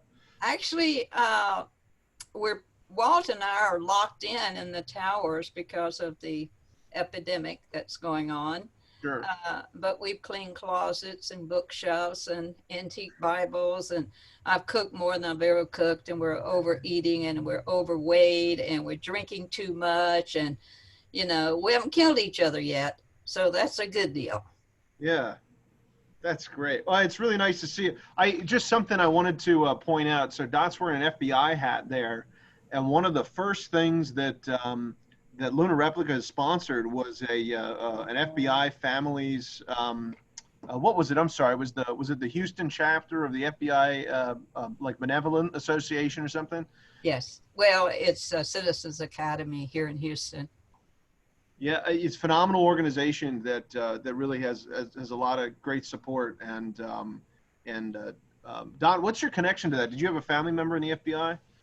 No, I have lots of friends, but I'm on their Citizens Academy, and we're the ambassadors between the FBI and the community, and we do special programs that the FBI endorse, and so we go out through the community and tell everyone about them. That's wonderful. We're doing elder fraud this year, which you can imagine is huge. Especially now, I would imagine there's a lot of scams going around with the whole COVID stuff. But I think I speak for everyone here. If you happen to see Walt hanging around the house, I'll yell at him and see. He said he was too busy to do this. Let's see. Walt, hang in. Walt, that's the most Walt thing. You're being called. Would you come here, please? Just make sure he's wearing pants, Don. I won't guarantee that. Come here, please. You have the nation waiting on you. They want to say hi to you. Okay, guys. Ladies and gentlemen, Apollo 7's Walt Cunningham. Colonel Cunningham, how are you, sir? Hey, Walt. I'm just from taking a look at it, I think I'm older than everybody else on that. Good Well, to see you again, Walt. Jerry Griffin was here a minute ago. He's not older than me. What about all you guys there? What are you doing besides just blowing off steam? We're having Drinking. a cocktail in honor of Al Worden. Well, that's not bad. Yeah, Al and I, good friends. Well, it's really nice to see you, sir. And I have a quick story about Walt. Walt was the first astronaut to get a Lunar Replicas jacket. And Dot contacted me a few months before Spacefest. I don't know if you know this story, sir, but Dot contacted me and said, wouldn't it be nice if we surprised Walt for his birthday? And so we had the jacket out on the table. I think it was, like Thursday night, Dot, wasn't it? Yes. And Dot and Walt come walking up to the table, and she says, hey, Walt, what, you mind if we try that on? Let's take a look at it. And Walt puts it on. He says, you know, I haven't seen mine in 50 years. It's, you know, it fell apart or it was in a museum or something. And I said, hey, Walt, guess what? That one is yours. That's yours now. And I got misty-eyed the whole thing. If you recall what you said, it was like sitting in your old car. And I got really emotional about that. I really appreciate the thought. Well, thank you, but I'll have to tell you this. The whole thing has changed today. When I look at what's going on and how often and how many people and all of that, it's a different world today. And I'm not sure if those people that I can see here in this audience, if they're aware of how much it's been rotating. Yeah, you know, it's nice to be able to have this technology. At least we can communicate with each other and see each other a little bit, but it's not the same as being in person, you know. No. I don't mean to interrupt, but I just wanted to say I read the All American Boys for the millionth time this summer because I love that book. I personally think it's hysterical. It's honestly one of my favorite astronaut biographies ever, or autobiographies, I'm sorry, ever. So I just wanted to thank you for unleashing that book onto the world because I love it. Well, thank you very much because you've shown that you've got good taste. And that book, it took me about 3 years to do it the first time, and that was back in the 70s after I left NASA. And then I updated it about 2001. That took me about I don't remember, 12 to 18 months. So I'm slow, not fast. The audio book you read is absolutely wonderful. Great. It's so worth listening to, and it's really moving. Thank you. Francis French is on there somewhere. Francis French? Oh, yeah. I think. Where's Francis? I think Francis. I think he had signed off now. Did Francis go? Yeah, I think he signed off just a little while ago. Oh, okay. Hey, Max, I might have a Walt and Dot story if we have time. Go for it. So I don't know if I shared this with you, Walt and Dot. We went to dinner probably 3 or 4 years ago with Charlie Justice. It's Ron Franco. Who's speaking? It's Ron Franco. We went to dinner with Charlie Justice and Dana Steele. And I'm not saying I had a cocktail, but I left dinner and I jumped in. I was in a NASA rented car, and I jumped in the car and I pick up my cell phone like you're not supposed to do. And I called up my wife and I said, hey, I just had a fantastic dinner with Walt and Dot. Boom! I slammed into the side of a Silverado truck. I ran through a stop sign. The front of the NASA car is obliterated. And I get out, and the guy looks at the side of his truck, not a scratch. And I said, hey, here's my license. He goes, I don't need it. He goes, you look like you need it, but I don't need it. So I ruined a NASA car for you too, but it was worth the dinner. And I just wanted to share that with you. Ron, what flights are you going to be flying lately? Just don't fly on any planes with. Well, you're an American. You're an American pilot, right? No, tonight I'm United. Okay. That's right. No, I do fly for American, but that was a lot of fun, and I don't know if I've ever shared that story with anyone else. So, that's a great story, man. Anyway, here's to all of you, and here's to Al Worden, and How about one more cocktail for him? Yeah, one more cocktail. Hey, and Mhm. all the Apollo guys and Gemini guys that aren't here with us. You know, I know Walt's crew is up there shining down on us. Here, here. Hey, yeah, I don't see anybody else there from the Apollo program. No, Jerry came in earlier. A few other folks were invited, but there was some conflicts because this was real last minute. We put it together on Friday. Mm-hmm. Okay, well, is anybody going to teach me anything, or do I have to go back to the TV and start drinking again? You can bring your drink with you here. We were going around the room. Folks were introducing themselves and just saying how they have been touched by the programs and their experience with Spacefest. I saw my good friend Mike Quigley just joined. Mike, do you want to say hi? Yeah, thanks, Max, for hosting this, and hello to everybody, especially to my friend Emily. I'll tell you why she's sort of special to me, even though I've only recently met her. My name's Michael Quigley. I just retired from the Navy. I spent 30 years in the military, and I've grown up around the space program my entire life. I actually was born on the day after the launch of Apollo 11. So I was born April 12th, 1970. April 12th, of course, is the anniversary of the first man in space, Yuri Gagarin, and also the first space shuttle launch, which I was privileged to be at. I met several of the astronauts from the Apollo and shuttle program, early shuttle programs, because my father was a contractor from IBM and he worked on the Apollo program. So I got, I was privileged to sort of be around my heroes as a kid. As I said, I just retired from the Navy, and it was a little bit sudden. I had a medical issue pop up. Even though I was there for 30 years, I probably should have left sooner.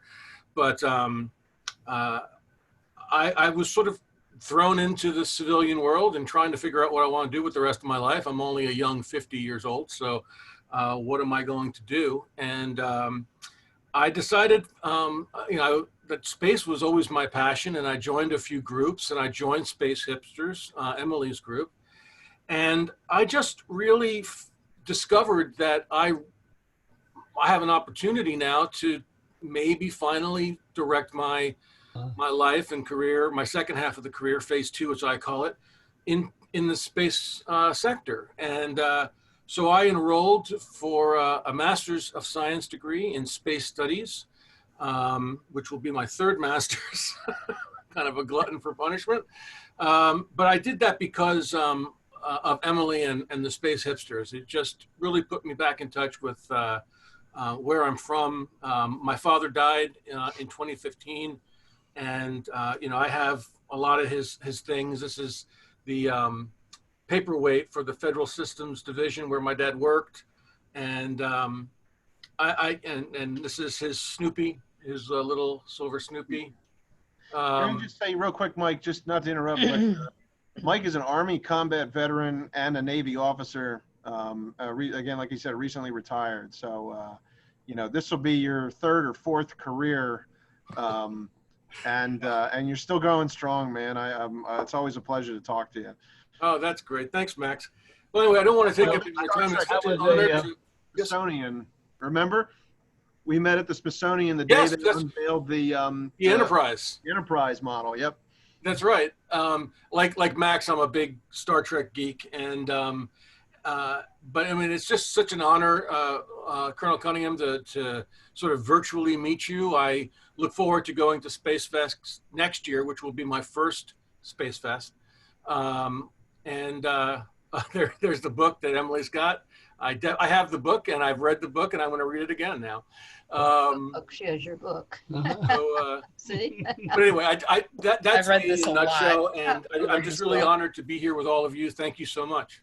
Max, thank you. Let me tell you that I started out as a Navy enlistee out of high school, but I was smart enough to become a Marine. I wasn't strong enough to become a Marine or fast enough. I was a Navy vet, and there's no way I would have made it in the Marines. They would have killed me. So much respect. I would have died in boot I did camp. 14 years enlisted in the Army, 14 years in the Army, and then I got commissioned. Actually, while I was in Iraq, I found out that I had been commissioned in the Navy. I didn't even know it for about 2 weeks. So I was the only ensign in the Army for about a month.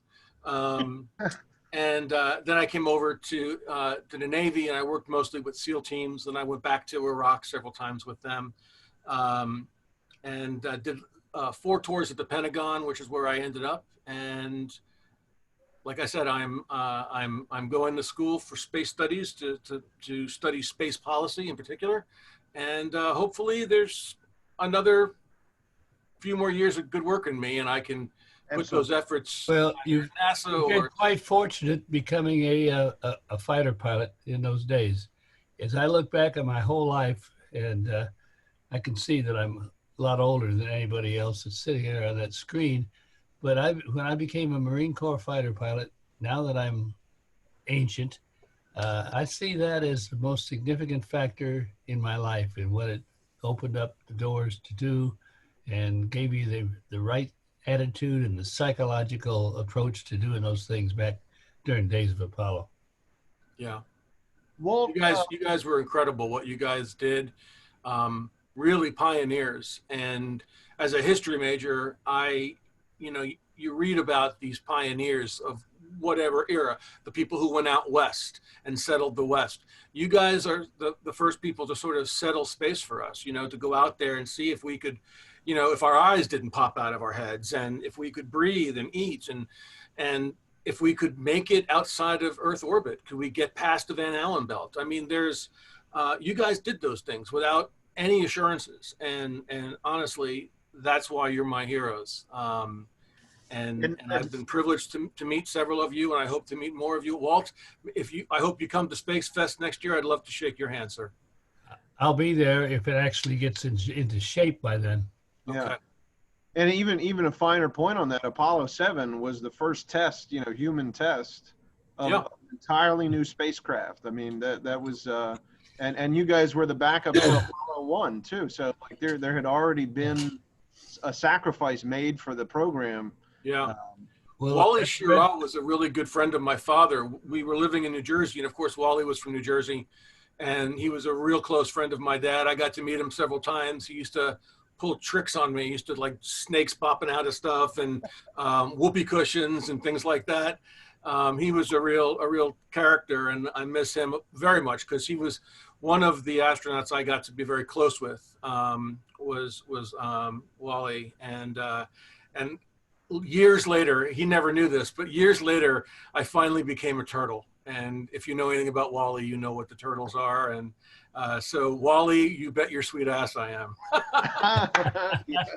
Well, let me tell you a little bit about Wally, because his reputation has suffered a bit from attitude. But I'll tell you this, he was one of the better pilots that I ever spent a lot of time with. And when you go back and you look at Apollo 7, people today usually don't realize that while that was the first Apollo mission that we lifted off on, it was the third crew that we had been assigned to finally get to that. So we had been on a crew for 3 years. First we were on Apollo 2, and the schedule was slipping so much while we were still developing the pieces of equipment that they ended up canceling that. When they canceled that, next thing you know, we became the backup crew for Apollo 1. After 4 months there, our good friends, Gus Grissom, Ed White, and Roger Chaffee, while we were flying home, they passed away. And about a week later, then we were assigned to the prime crew, and we then spent, that was 18 months, I think, finally getting down to where we could take that first mission. And to this day, which is now 52 years later, I can tell you that that the Apollo 7, up until fairly recently, it was the longest, it was the most ambitious, It was the most successful first test flight of any new flying machine ever. And that's why those of us that were there in those days really loved that opportunity. As time goes on, attitudes change, even in societies and people's standards or the criteria, and politics starts playing, things like that. So it's kind of interesting watching it, but at the same time, those of us from the old days are pretty much focused on those days. There's still a ton to be learned. I think that even just the data, the raw data from the moon missions and from all of the Apollo missions is still being processed. I read something recently that they took out of storage pieces of moon rock that had been sealed in nitrogen or something, so that they could study them when later in the future, when the equipment was better to be able to study things better. That's still going on. Stuff that happened 50 years ago is still being looked at now, and pioneers like yourself have made that possible. And hopefully we'll see a new generation of pioneers. Maybe this Artemis program and beyond will be another thing we look back on and inspired by. Martin, this is Dot. Oh, I'm sorry. Where are you getting all of those pictures of Walt that you keep flashing up here? The one that I had for the longest time was the banner that was that actually was showing in the Air Force Museum in Wapakoneta, Ohio. Ah, well, that's when he was sworn in to the Aviation Hall of Fame 2 years ago. Yes, yeah, I was out there, I guess it was 2 years ago now, and I saw that banner. I thought, that's just a beautiful banner, and it's what an honor, to be standing by it and having met him. The one you see I have up right now is from Spacefest 9, and I loved it. I loved his smile, and it was just a special moment to me to get to meet you, Colonel Cunningham, and I think I also got to meet you too, Dot. It was really wonderful. So yeah, I just like to keep it going different. I just like to keep it going different in the background. It's kind of fun. Okay. Thank you very much, gang. Thank you, sir. Bash Beard, is that am I pronouncing that correctly?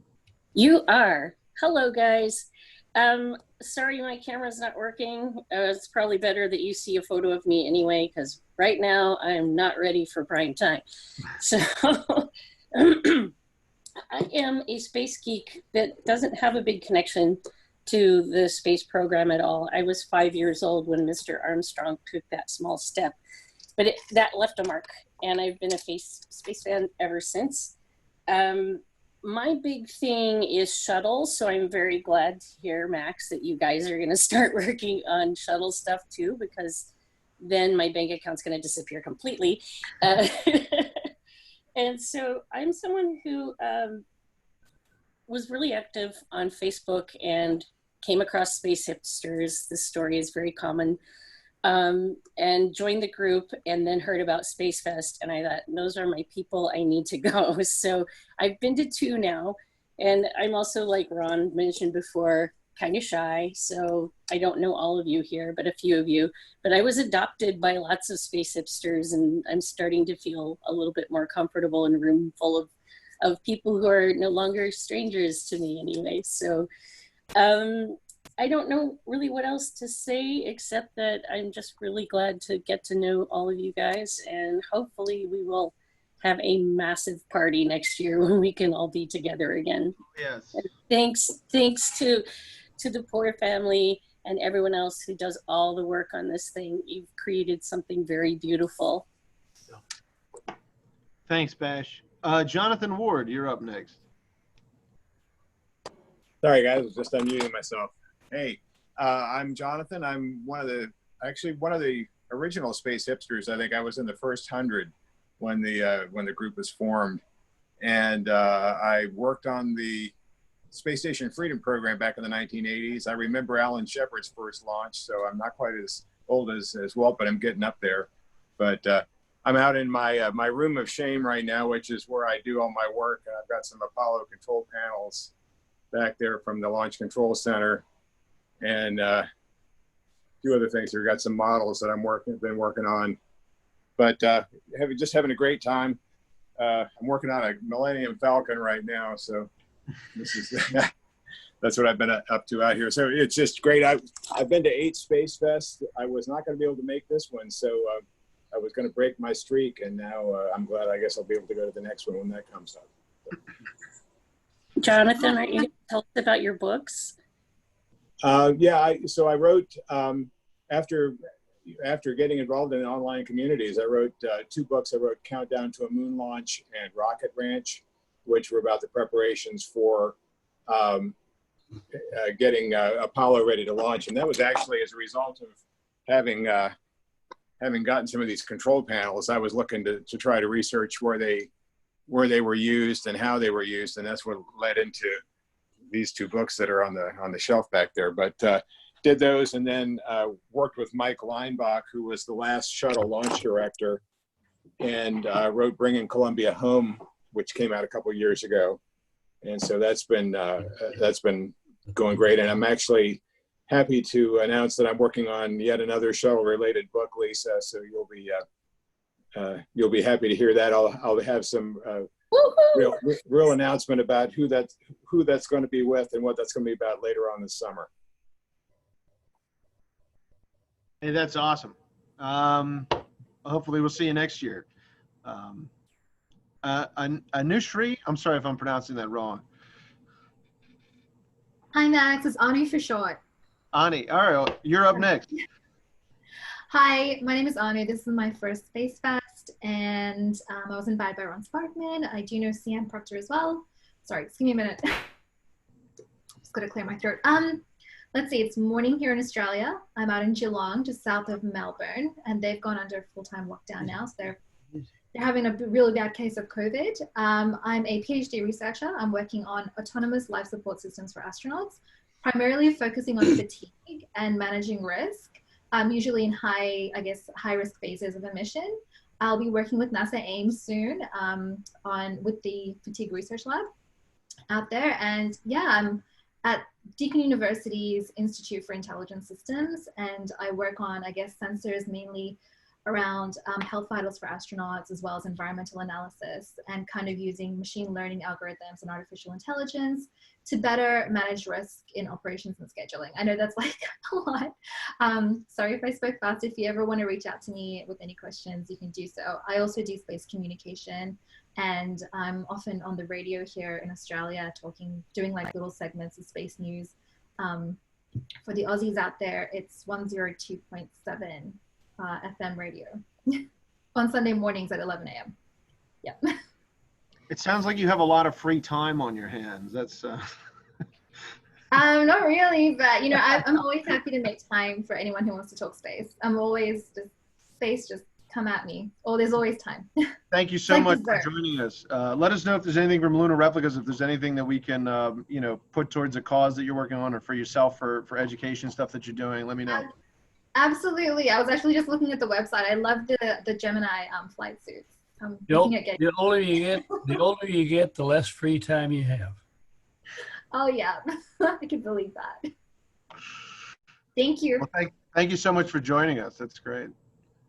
Have I missed anyone? Oh, Kristen Finnegan. Hi guys. So I'm actually going to start off with a Walt and Dot story as well. We're the ones that when we were in Des Moines, we took your picture in the snow. Oh, I remember that. So we're from Minnesota, so we were just, out without our coats on, and you guys were so well. cold. I don't know if you knew, but I was born in Creston, Iowa. I didn't know that. Well, I was smart enough to leave Iowa when I was about 8. That was a good plan. Matter of fact, you took our pictures in the snow, didn't you? Yep, it was snowing that day. Yeah. So, and Walt, you also signed my my cast that time. I'm the one that had the broken arm, so you were kind enough to to sign my cast. So thank you for that. So I'm a space law and policy student at the University of North Dakota. I will be after I took a medical leave because of said accident. I was not able to type with two hands, so I had to take some time off from school. So I'm going back this fall to finish up my thesis. And I actually gave my first talk at Spacefest last year on kind of space law 101, so kind of the basics, which was both terrifying and really exciting. So I haven't had my space law class. I just started, so I'll hit you up for your notes. Happy to help. Yeah, I have to thank the Poor family and Nova Space as well, because Spacefest just all around has been completely, literally life-changing for both Mike, who's here, who's here for both of us, and so the first Space Fest we were at, we walked into the ballroom where all the astronauts were, and we're like, we can't be in here. We can't be in the same room as all these legends and heroes. But we were welcomed by everyone, and everyone is so supportive, and we miss seeing all of you this year, but we'll be back next year for sure. And a special shout out to John Weisenhunt for taking our very first photo on the breezeway. That has now become a yearly tradition. 7 Space Fests now. So we are 7 Space Fests strong. So. Well, it's really nice to meet you guys. I'm sure if you were there last year, I'm sure we met, and I hope to see you guys again soon. At the pool together. Yeah. That's right. That's right. Oh, yeah. Easy River. Kelsey, you guys are up next. Hi, guys. I'm Kelsey Poor. And Holly's my cousin. And my dad started Spacefest in 2007, and since he passed away in 2017, I've kind of inherited it to help my mom. I was born into this. Holly was kind of dragged into it. So we you can't know everything about space, but I learn so much every day. And it's really nice to see some familiar faces here. Bruce Feingold, I've talked to you on the phone before. You've ordered from Nova Space. And Carla, we speak a lot. Martin, John, and Walt Cunningham, and Dot. Dot is the most glamorous woman I've ever seen in my life. Don't buy new glasses. So beautiful. So beautiful. Thank you. Marines always get hot girls. I don't know if it's the uniform or what, but the Marines always pull the best looking women. That's why I became a Marine. Well, what did you fly first? Were you flying were there still propeller planes when you started, or were you in jets from the beginning? Oh no, we actually we finished the flight training down at Pensacola, and that was props still. That was all they had. But the first assignment I had was all-weather. It was the first all-weather jet night fighter there, the F-3D2, and so we ended up being. Well, that squadron was the one that ended up being the last one we had in Korea, and I got a lot of experience. The airplane I have to say now was so-so, but it was good training from the beginning when it came to operations and what have you. People will have a hard time today believing that we had, like when we were over in Korea, in South Korea down there, we had, there was only 4 channels on it. It was an all-weather night fighter, and we had 1 ADF. So those of you who are aviators will know that that gives you a requirement to develop the skills that I consider extremely important when it comes to flying. So to this day, I feel fortunate to start out in that, but then it was also a whole lot better when we got to, you know, FJs and some of those, and F3D and T-38. I mean, it was good. Did you know any of the other guys that became astronauts? Had you met them in the service before, like John Glenn or Jim Lovell or any of those guys? I never met anybody before I got down there that was an astronaut, and but Glenn was he was very close and helpful because he was a Marine too, and I was the second Marine to go in there. But I was considered a civilian in those days. NASA considered me a civilian, even though I was flying with the reserves. Mm-hmm. And so it was, all in all, it was an excellent flying contribution, in my opinion. I don't know how many hours they get these days, but I think when I finally left NASA, just when I left NASA, I was already up to about 4,500 hours. Wow. Well, can I ask a question? Just curious. I'm sorry. Sure. If you were an astronaut as a civilian while you were still in the Marine Reserve, were you able to qualify for Navy Marine Corps astronaut wings, or did you just have your NASA civilian wings? No, I had the astronaut wings, but that considering being a civilian, and I made all of $10,000 a year in those days. Yeah. On that. But in those days, the rules that NASA had was different. I was flying with the reserves even after I became an astronaut. Yeah. And eventually, eventually I let that up a little bit also. But I think that the best flying hours that I got, other than the F3D2 over in Korea, was the time at NASA.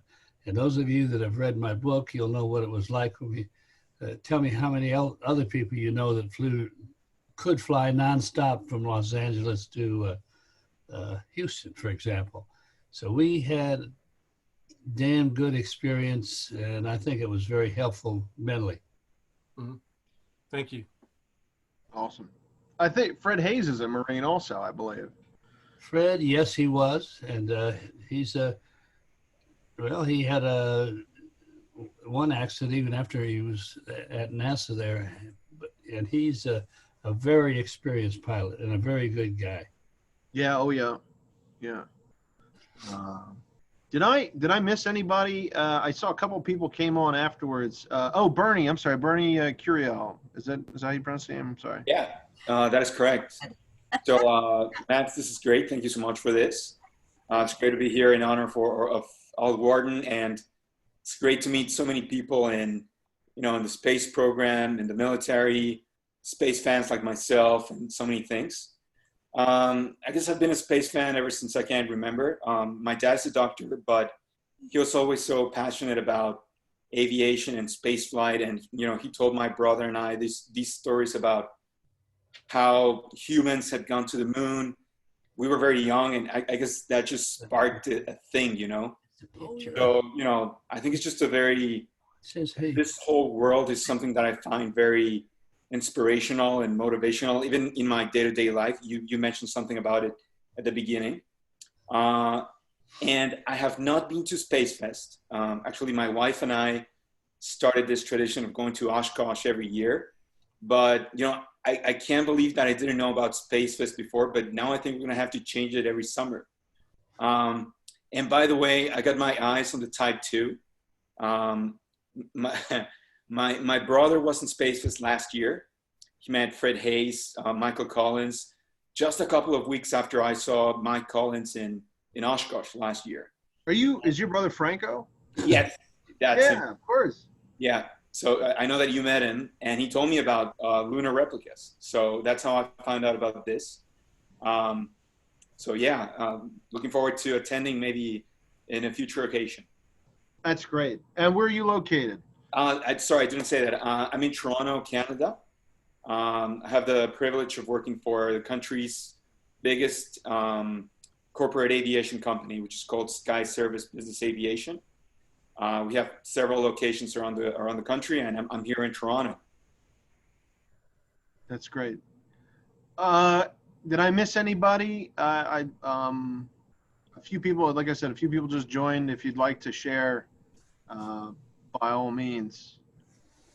We're going a little bit over time here. If it's okay with you guys, feel free to take off, or if anyone has to go, it's getting kind of late. But I'll keep this open as long as everybody wants. Yeah, I'm in for long haul. Okay, I'm gonna say goodbye, gang. I've got something important to go do at the television. All right, Walt. Good night, Dot. Well, thank you so much. Thanks, Walt and Thank Dot. you so much. Bye. Bye. Look forward to meeting you next year. Bye, It's great to see you. Thank you very much. Thank you for the kind remark. Absolutely. Well, if I could get out of here. I have to stick around, have another cocktail. We're good. No, maybe that's why I can't get out. Hey, Max, it's Ron Franco. I'm going to hit the road too. I just wanted to say I've never been to Space Fest. I don't know who Holly or this Kelsey person is. I've never met Chris Kelly, and any photos with Emily Carney and me double fisting have been digitally modified. Yeah, roger that. Hey, take care, guys. We can't wait to see you guys. Let's do this See you, Ron. again, and hopefully we'll see you Hi, guys Ron. all at Space Ron, Fest soon. Ron, no kidding. Next time you're in Philadelphia, give me a call. I'll text you my phone number right now. Had I done it, I was just there last week. My brother lives there. We'll just text it to me or private message. And I was down in Tennessee, and we had a lot of fun. Just saw Rick and Mark Armstrong yesterday. They're doing great. They're in Ohio, and I can't wait to see you guys. Ron, Nice to meet you Ron, virtually, Ron. See you Take next care. I'm not trying to be rude, but I'm gonna dip out as well, just because I'm exhausted and I got a few things I have to take care of before I go to bed tonight. Because my life You is lost nuts. your bandit. Yes, I gotta go. I gotta go attend to Bandit's whiny. But he's got to meet a lot of astronauts this summer. That's for sure. That's kind of neat. He's probably Look at the Snoopy guys. Everyone's got a Snoopy now. I saw Michael had his. I had to go get mine.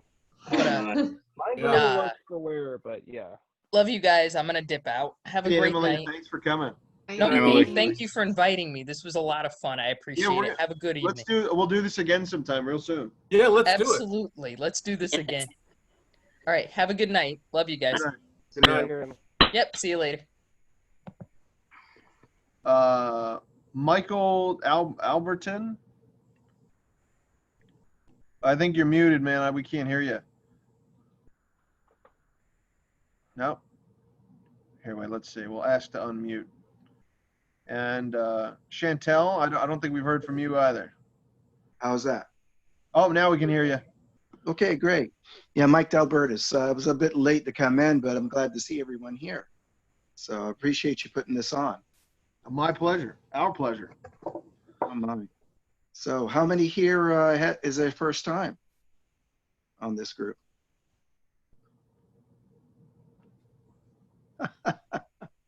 It's good to see you. Good to see you. Well, hopefully we'll see you next year at Spacefest. Oh, absolutely. I'll be bringing some artwork. I'm one of the artists, so I look forward to it. Oh.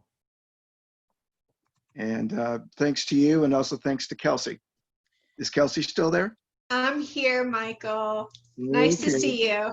Good to see you as well. You and your team have been doing absolutely outstanding. You know, it's been absolutely wonderful. Listening in, especially earlier today, and with all the authors, you know, it's absolutely great. You know, so keep up the great work. Thank you. You're most welcome. And Chantel, I guess. Hi, everybody. Hi, Kelsey and Holly. Hi. How are you? So this is impromptu. I wasn't expecting to join the meeting, but I'm happy that this all worked out. So I do a lot with the National Space Society. I'm running for board of directors this upcoming election. I've been on the board as regional director for a while, and I run the Yuri's Night with Loretta and Christy, and I have a massive drive for the arts and space, and why it's so important that Space Fest is bringing everything together and bringing these communities together. It's so important to reach out to the generation through something that they can relate to, and I think art is a beautiful way, and Space Fest is really important. And I know I've talked with Holly and Kelsey before on how we can do more with the NSS and partner and really try and help and grow. So I'm happy to talk more. This is great. You need to come to Space Fest, Chantal. I do. I absolutely do. A ticket's waiting for you. And let us know if there's any way Lunar Replicas can help out with some of that stuff, Yuri's Night and everything. So I'd love to be a part of that. Yeah, Chantel, I'm a member of NSS too, and so I'll have to get in touch with you. You got my vote. But I'd love to hear more about Yuri's Night. It is my birthday, so. Oh, the best. April 12th. I think that's everybody. Did anybody else have something? Any suggestions for a future one of these, or if there's anything we could have done differently? How about a show and tell for another one? Sure, that'd be great. Cool. I know I'm late, but I like what I see. Yeah, I was hoping also if we could do an artist night, that'd be really cool. And like the show and tell could be stuff that you guys are working on, maybe talking about your process a little bit. And then also, I mean, I'm not really an artist, but like stuff that I'm working on, or if maybe one of the astronauts or STEM folks wants to talk about a project or nonprofit or something they're helping out with coming up, that'd be really cool. Anybody else have closing remarks? I guess we'll start signing off here, I guess. But this has been so much fun. I mean, I invited a whole bunch of folks, and I was really happy to see some VIP guests come and join us. They seem to have a nice time also. So I was watching on Facebook from the wings without the camera. And then I just had to join. You guys were, I just had to say hi to all of you. So thanks for doing this, Max. It's great to see you, Mike. Ron, we can't hear you. I've got my eye on that Type 3. I think Taylor is a compelling model. So. Oh wait, Brandon, you got to throw yours on now too. Oh yeah. Mine's upstairs right now, so I got the Type 2. So who was looking at the Type 2? I can highly recommend the Type 2. Yeah, Bernie was. Yeah. I'm definitely gonna get it. Yeah, the Type 2. You can't go wrong with that. Michael wore his on duty at one point, didn't you? You were wearing that on a Yes, Navy? I was a space operations officer, so I got a chance to work a lot with NASA, not for. So yeah, I wore it on duty. I just wore it as organizational clothing. It was completely out of regs, but nobody gave me shit about it. So Brandon over here is wearing his over his 2006 Starfleet uniform. Yeah, that's awesome, Brandon. Also a compelling model. Yeah, he's actually, if you guys go to the website, Brandon is the PT shirt model. Yeah, it's a little disheartening, but that's why I'm not the model either. I mean,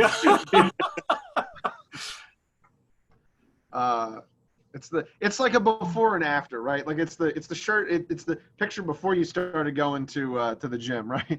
Exactly. And then Brandon's a picture afterwards. Yeah, I'm the poster boy for Body by Budweiser. Oh, the shorts, yeah. So the shorts are next. Yes. Brandon's gonna have scandalously short, but I love them. That's exactly. It's funny. So we told Al Worden that we're going to be doing those. Al Worden shorts. He wore number 54. There's a great video if you guys want to see where we got the inspiration for this. Mike Collins posted a video of him playing handball with Al Worden, and we said, well, wouldn't that be cool if we did that PT gear? I had never seen it before. And then there were a couple of pictures of Pete Conrad, and there's film footage of Jim Lovell running on a beach, I assume in Florida, He's running on a beach with the NASA varsity jacket. Hang on, here's a little show and tell. Oh, Max with the show. Hey, Jesse, I think I sent you a friend request. If not, I will. But I was on that chat you guys had the other night. In fact, I was the fellow that was asking about the PT shorts. But on Facebook, my name is written in Irish Gaelic, so it throws everybody off. Mihalu Quigley, but yeah. So yeah, it threw me for a loop. I was like, I'm pretty well versed. I can't figure that one out. yeah, it's the only way I get to keep some anonymity on Facebook. You didn't used to. Hey, I was trying to find. We did a sample of the varsity jacket, the like a Letterman jacket that NASA wore. It was a. We're looking at possibly doing those in the future. It'd be pretty cool. You got a picture of it? Yeah, if you, I'll post it online. You'll love it. It's cool. It's gonna be part of the winter collection. Okay. If we do it, I got to find someone that does it right, because the sample we had was done like in Pakistan, and they were not. It wasn't the quality that I wanted it to be done. So we'll be making it in Los Angeles. Hey, it is 9:51 Eastern Time. This has been so much fun. It's really we're the hardcore. There's 20 of us left. That's awesome. 21. It's only 8:51 where I'm at. Max, thank you for doing this, man. This was awesome. You did an incredible job all the way around with putting this together and everything you did, man. Thank you for doing it. Period. It was great. Thanks, Ron. I mean, this is really last minute, and it's been this is awesome. I love the fact that the email list that Kelsey and I sent this out to were some really cool people. I'm really glad that they took the time out of their schedule to come do this, and hopefully we'll have more. Even without them, this was an awesome night. This is so cool to hear from all of you guys, and to see everybody just a little bit. And this is the best time I've ever spent on Zoom, because it's usually at like stupid, work meetings or classes or whatever. This is a lot of fun. So with that, if anybody has one more thing to say, and then I'll close this out, and keep an eye out for another one of these. We're going to do this some more. Let's just leave the line. We can just jump up all the time and just talk. Yeah, I'll just leave it open, right? You guys do whatever you want. Thank you very much. It's like if anybody has any questions about Spacefest, please message me, add me as a friend. I'm very friendly. I'll talk to you. I make myself pretty accessible. So let's talk, let's connect, let's see what we can do to reach out to enthusiasts. Yeah. What if we wanted to maybe buy some art from Nova Space? Is there anything you can tell us about that, Kelsey? Yeah, we have a lot of art, a lot of beautiful space art. Go to novaspace.com, check out our store. We've been expanding to little things like little lights, coloring books, stuff like that. So it's all space related. So check it out. Yeah, it was great seeing your dad on the videos on YouTube that you guys just posted, Kelsey. It was really nice. I didn't realize he was doing airbrush. I played around with an airbrush like 20 years ago. It's tough. Max Peck here. My little plug, Lunar Replicas. We make replica flight suits, flight jackets, and gear that was approved for the Apollo missions, Mercury, Gemini, and Apollo. We may be going into the shuttle program later on, maybe in a couple years. If you have any ideas of stuff that we could be doing, stuff that you would use every day, like the sunglasses cases and sunglasses and jackets, and even tennis shoes. We're looking at doing tennis shoes maybe in the future. Something that you think is cool, and we could be doing, please let us know. If you have any questions about our current products or sizing questions or whatever, or if we ship to your doorstep, let me know. Again, we're all the same geek, and I'm just really happy to put smiles on people's faces. This is a total side business for me, and I love it. So, give me a call or send me an email. It's info@lunarreplicas.com. So if you I know a few people private message me. I haven't been able to respond to them, and when I close this, I might lose those. So if you want to reach out, info@lunarreplicas.com, and we'll see you guys around. We're going to do another one of these real soon, I think. This was really cool. Oh, awesome. All right. Thank you. Everyone have a. Thanks, Max. It was All right, you're so fantastic. welcome. Thanks, Max. Thank you. Bye. Thank you. Bye. Bye.